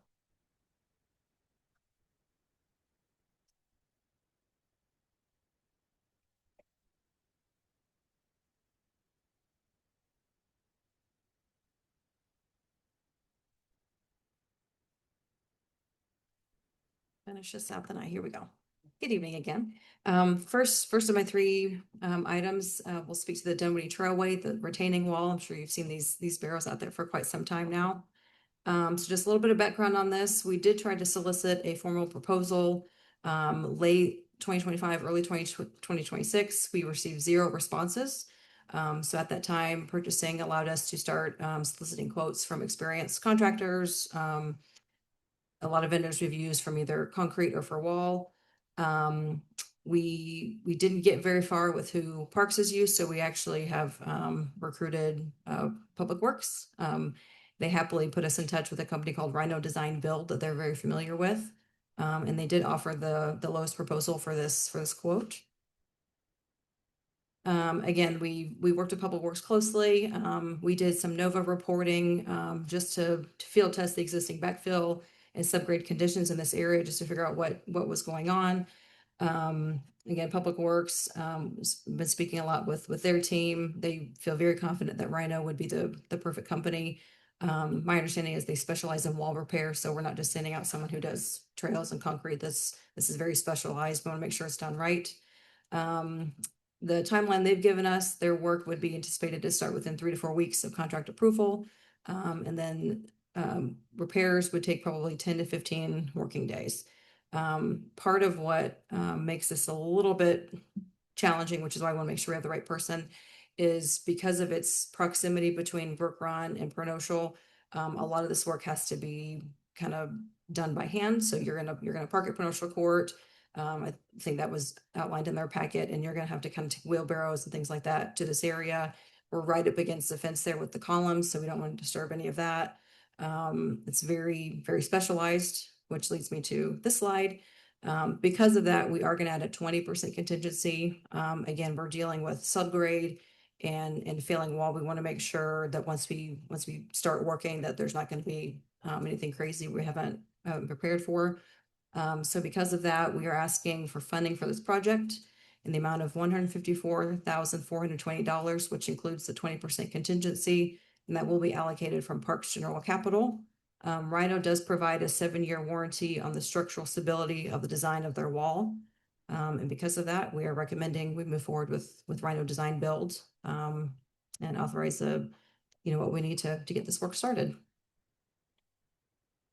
Comments or questions?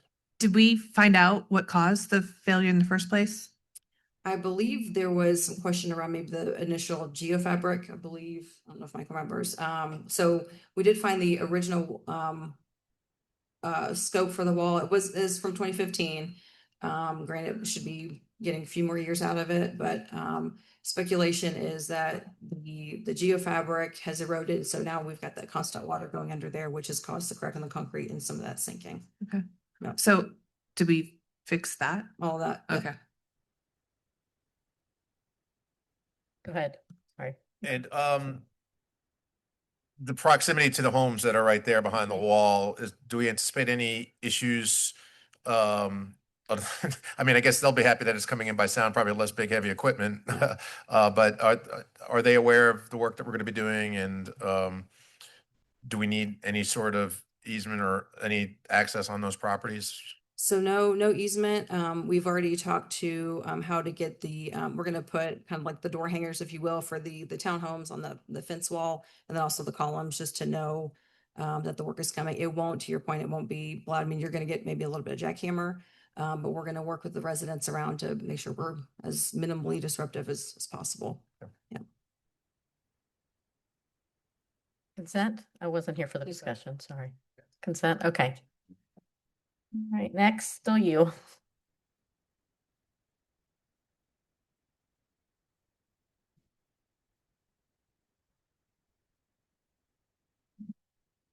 Okay, moving forward with it's repair season. Here we go. So next is Wynwood Hollow Park Playground resurfacing.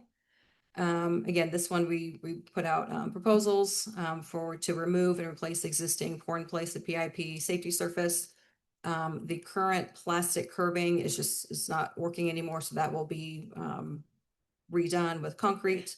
And again, because of some of the spots you'll see in the pictures here coming up, this vendor will also verify the subgrade and the drainage conditions. Playworks playsets received the highest score. We have not done any previous work with them, but we are familiar with members of their staff who've worked with us on other projects, so we're very comfortable with this group.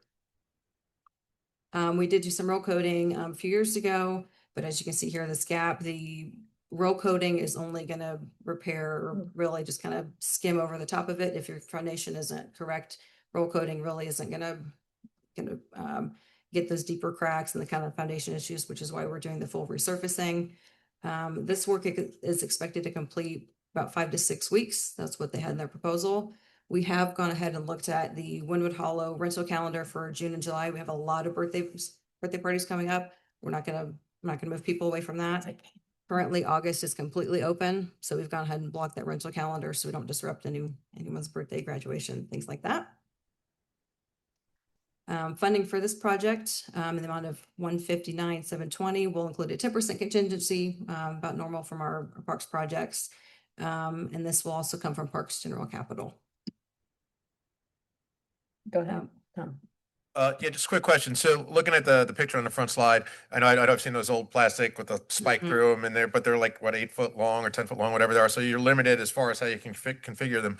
Is the curb going to be moved out to the sidewalk so you don't have that extra area or like that extra 2 or 3 feet, whatever it is that has to be maintained and landscaped? Jet, you talking about the little, Yeah, like a nook? This is for landscaping initially. Yes, Comes because up we're with just some spot. so we're going to be doing a pouring concrete curb. Is that just going to be right up against the sidewalk that goes around the playground? It'll have the same footprint as now, with the exception of that little, there's like a little U shape cut out. That will be filled in, and then we'll have our ADA ramps leading up to it. So the footprint itself isn't going to change much. Okay. Is there a reason why we didn't push it out to the curb? And just have the whole area be the poured in place? Where the existing sidewalk is around it. So it looks like there's about, so you have the sidewalk and then you got like maybe like 2 or 3 feet. It's hard to tell exactly. Yeah.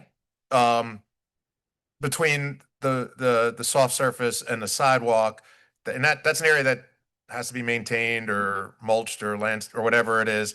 So, and I was wondering if it was going to follow the same configuration or be pushed all the way out to, it would seem to me to probably for just routine maintenance, easier to just push it out to the curb. So It'll come out just a little bit, just between them ripping that out and putting the new curb in, but it won't, you'll still have that border around the outside. okay, is there a reason for that though? I'm just curious. No, it just worked with the current footprint. We have a couple things. So this is a little bit outdated picture. We've added since then the communication board. So that'll be towards one of the new entrances that they're going to ramp. And there's a little bit more landscaping than here, but yeah, we'll still have that little bit of a buffer, if you will. I mean, is there a reason why I would want that? I mean, do you understand why I'm asking, right? It seems like it's a maintenance issue. Yeah. And yeah, right. And Right. since we're pouring a concrete curb that we can bend to whatever shape we want, it just seemed logical to me to just move it right to the sidewalk and just step right into but again, there might be a practical reason not to do that. I wasn't sure. So a few of the spots will have ramps, so you're going to have that gap anyways. So really, I guess visually you'd have a ramp and then kind of a step in other places, then ramped again. I need to get with purchasing on making that change now that we've received the proposal and a recommendation, but I can maybe get an answer. Because right now, what goes, I mean, in the picture, I don't know if it's mulch or dirt or whatever that's between the sidewalk and the Makes a mess. plastic curb. Mhm. It just seems like it's something that We should all love doesn't serve a Right. purpose. If you're you should bring us back a mock-up of what, so because I see the point, like it feels like it should run into each other. I mean, is there a drain? If there's like a drainage reason or Right. the ramps or such and such, whatever. But right now, when you look at this picture, it kind of looks like there's a missed opportunity to expand the play surface plus a tripping hazard, plus whatever, people will be tracking the dirt. Well, I guess it doesn't really matter because it's a play, whatever, but it feels like there's an opportunity potentially to enlarge this area or not, but we need to understand the what, the why. So thank you. Mayor, I'll get with Rachel as well as John Gates to come up with a plan for that. Right. And 'cause it could be modified to make much better. Right. And I'm thinking it's probably the timing of when it was put in, how it was managed. And you also notice in the picture, the runoff that it creates. We can solve a lot of problems. Well, by Right. looking at that. Right. Just to echo, I mean, you may not even need a ramp if you can you have enough space in several places, you could just kind of Slope down. slope down and connect with the sidewalk. I mean, I don't know. Anyway, yeah. Right. Or maybe there's a reason why they can't, like, yeah, but Right, it's, we it's don't know. it's the question, making sure that we're doing we're making it as we're gonna resurface, let's make it as good as we can. Right. Yep. Mayor, if y'all can make that discussion, we'll bring it back. Yeah, we want no consent for that, obviously. business item, I'm sorry. Right, either way, if there's not, whichever Rachel wants to put it on the agenda as a business item or we're just not gonna do it as consent, so, or discussion again, that's fine. All right. All right, you're next. Last one.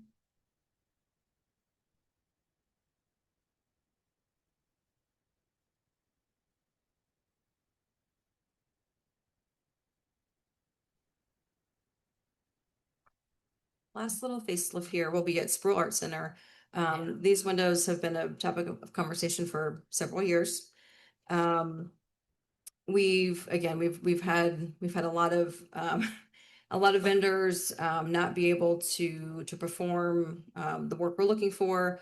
The key reason for that is we really want to match what's there. Everything needs to be aesthetically pleasing for both parks and for Sproul.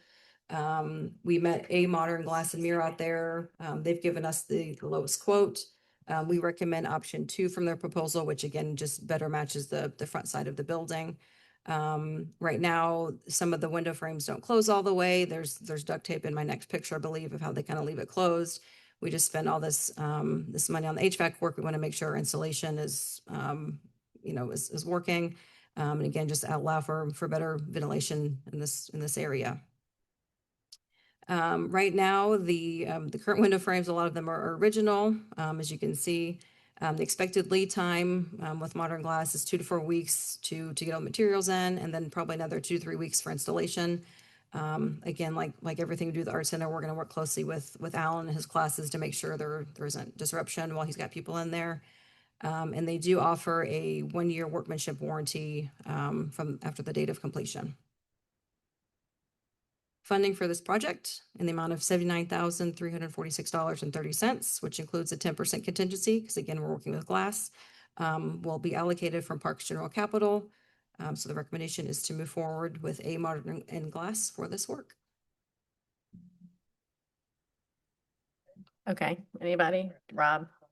So, I'm kind of excited to see this project because I think I talked to some park staff a couple of years ago trying to identify energy savings projects, and I don't, maybe it was Gabe that mentioned to look at the windows at Sproul because they were in horrible shape.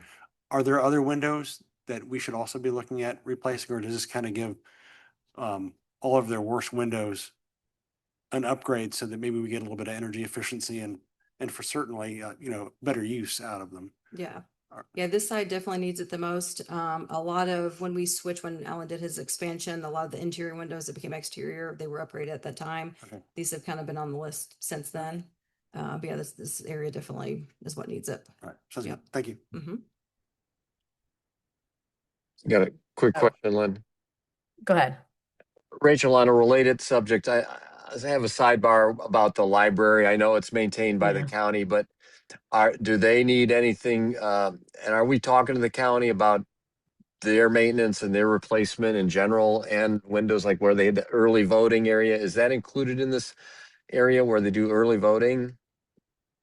This is not currently, we're still working through the roof evaluation that came out of last month's meeting, I believe. We're waiting to hear back on that report. But so far, just the roof, sir. Okay, well, Commissioner Robert Patrick suggested a willingness to at least have a conversation about the county potentially having skin in the game and, helping fund some of that. So I hope we're in communication with them. Yeah, I think I don't know if for windows it matters, like if there's a cost of scale, if they do, like somebody should be looking at the windows at the library just to make sure. I haven't necessarily noticed anything, but I don't spend that much time. But if they're we can then work with the county, maybe they get their, well, it's really our building. I really struggle with this. It's our building. And so if we could just work on that and then come back to us.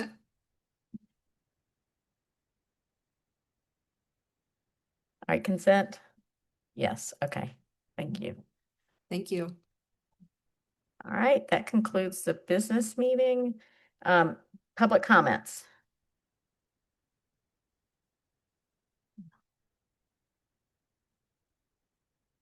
Zach. You'll have 3 minutes, sir. It's only public here, but he wants to. Just one.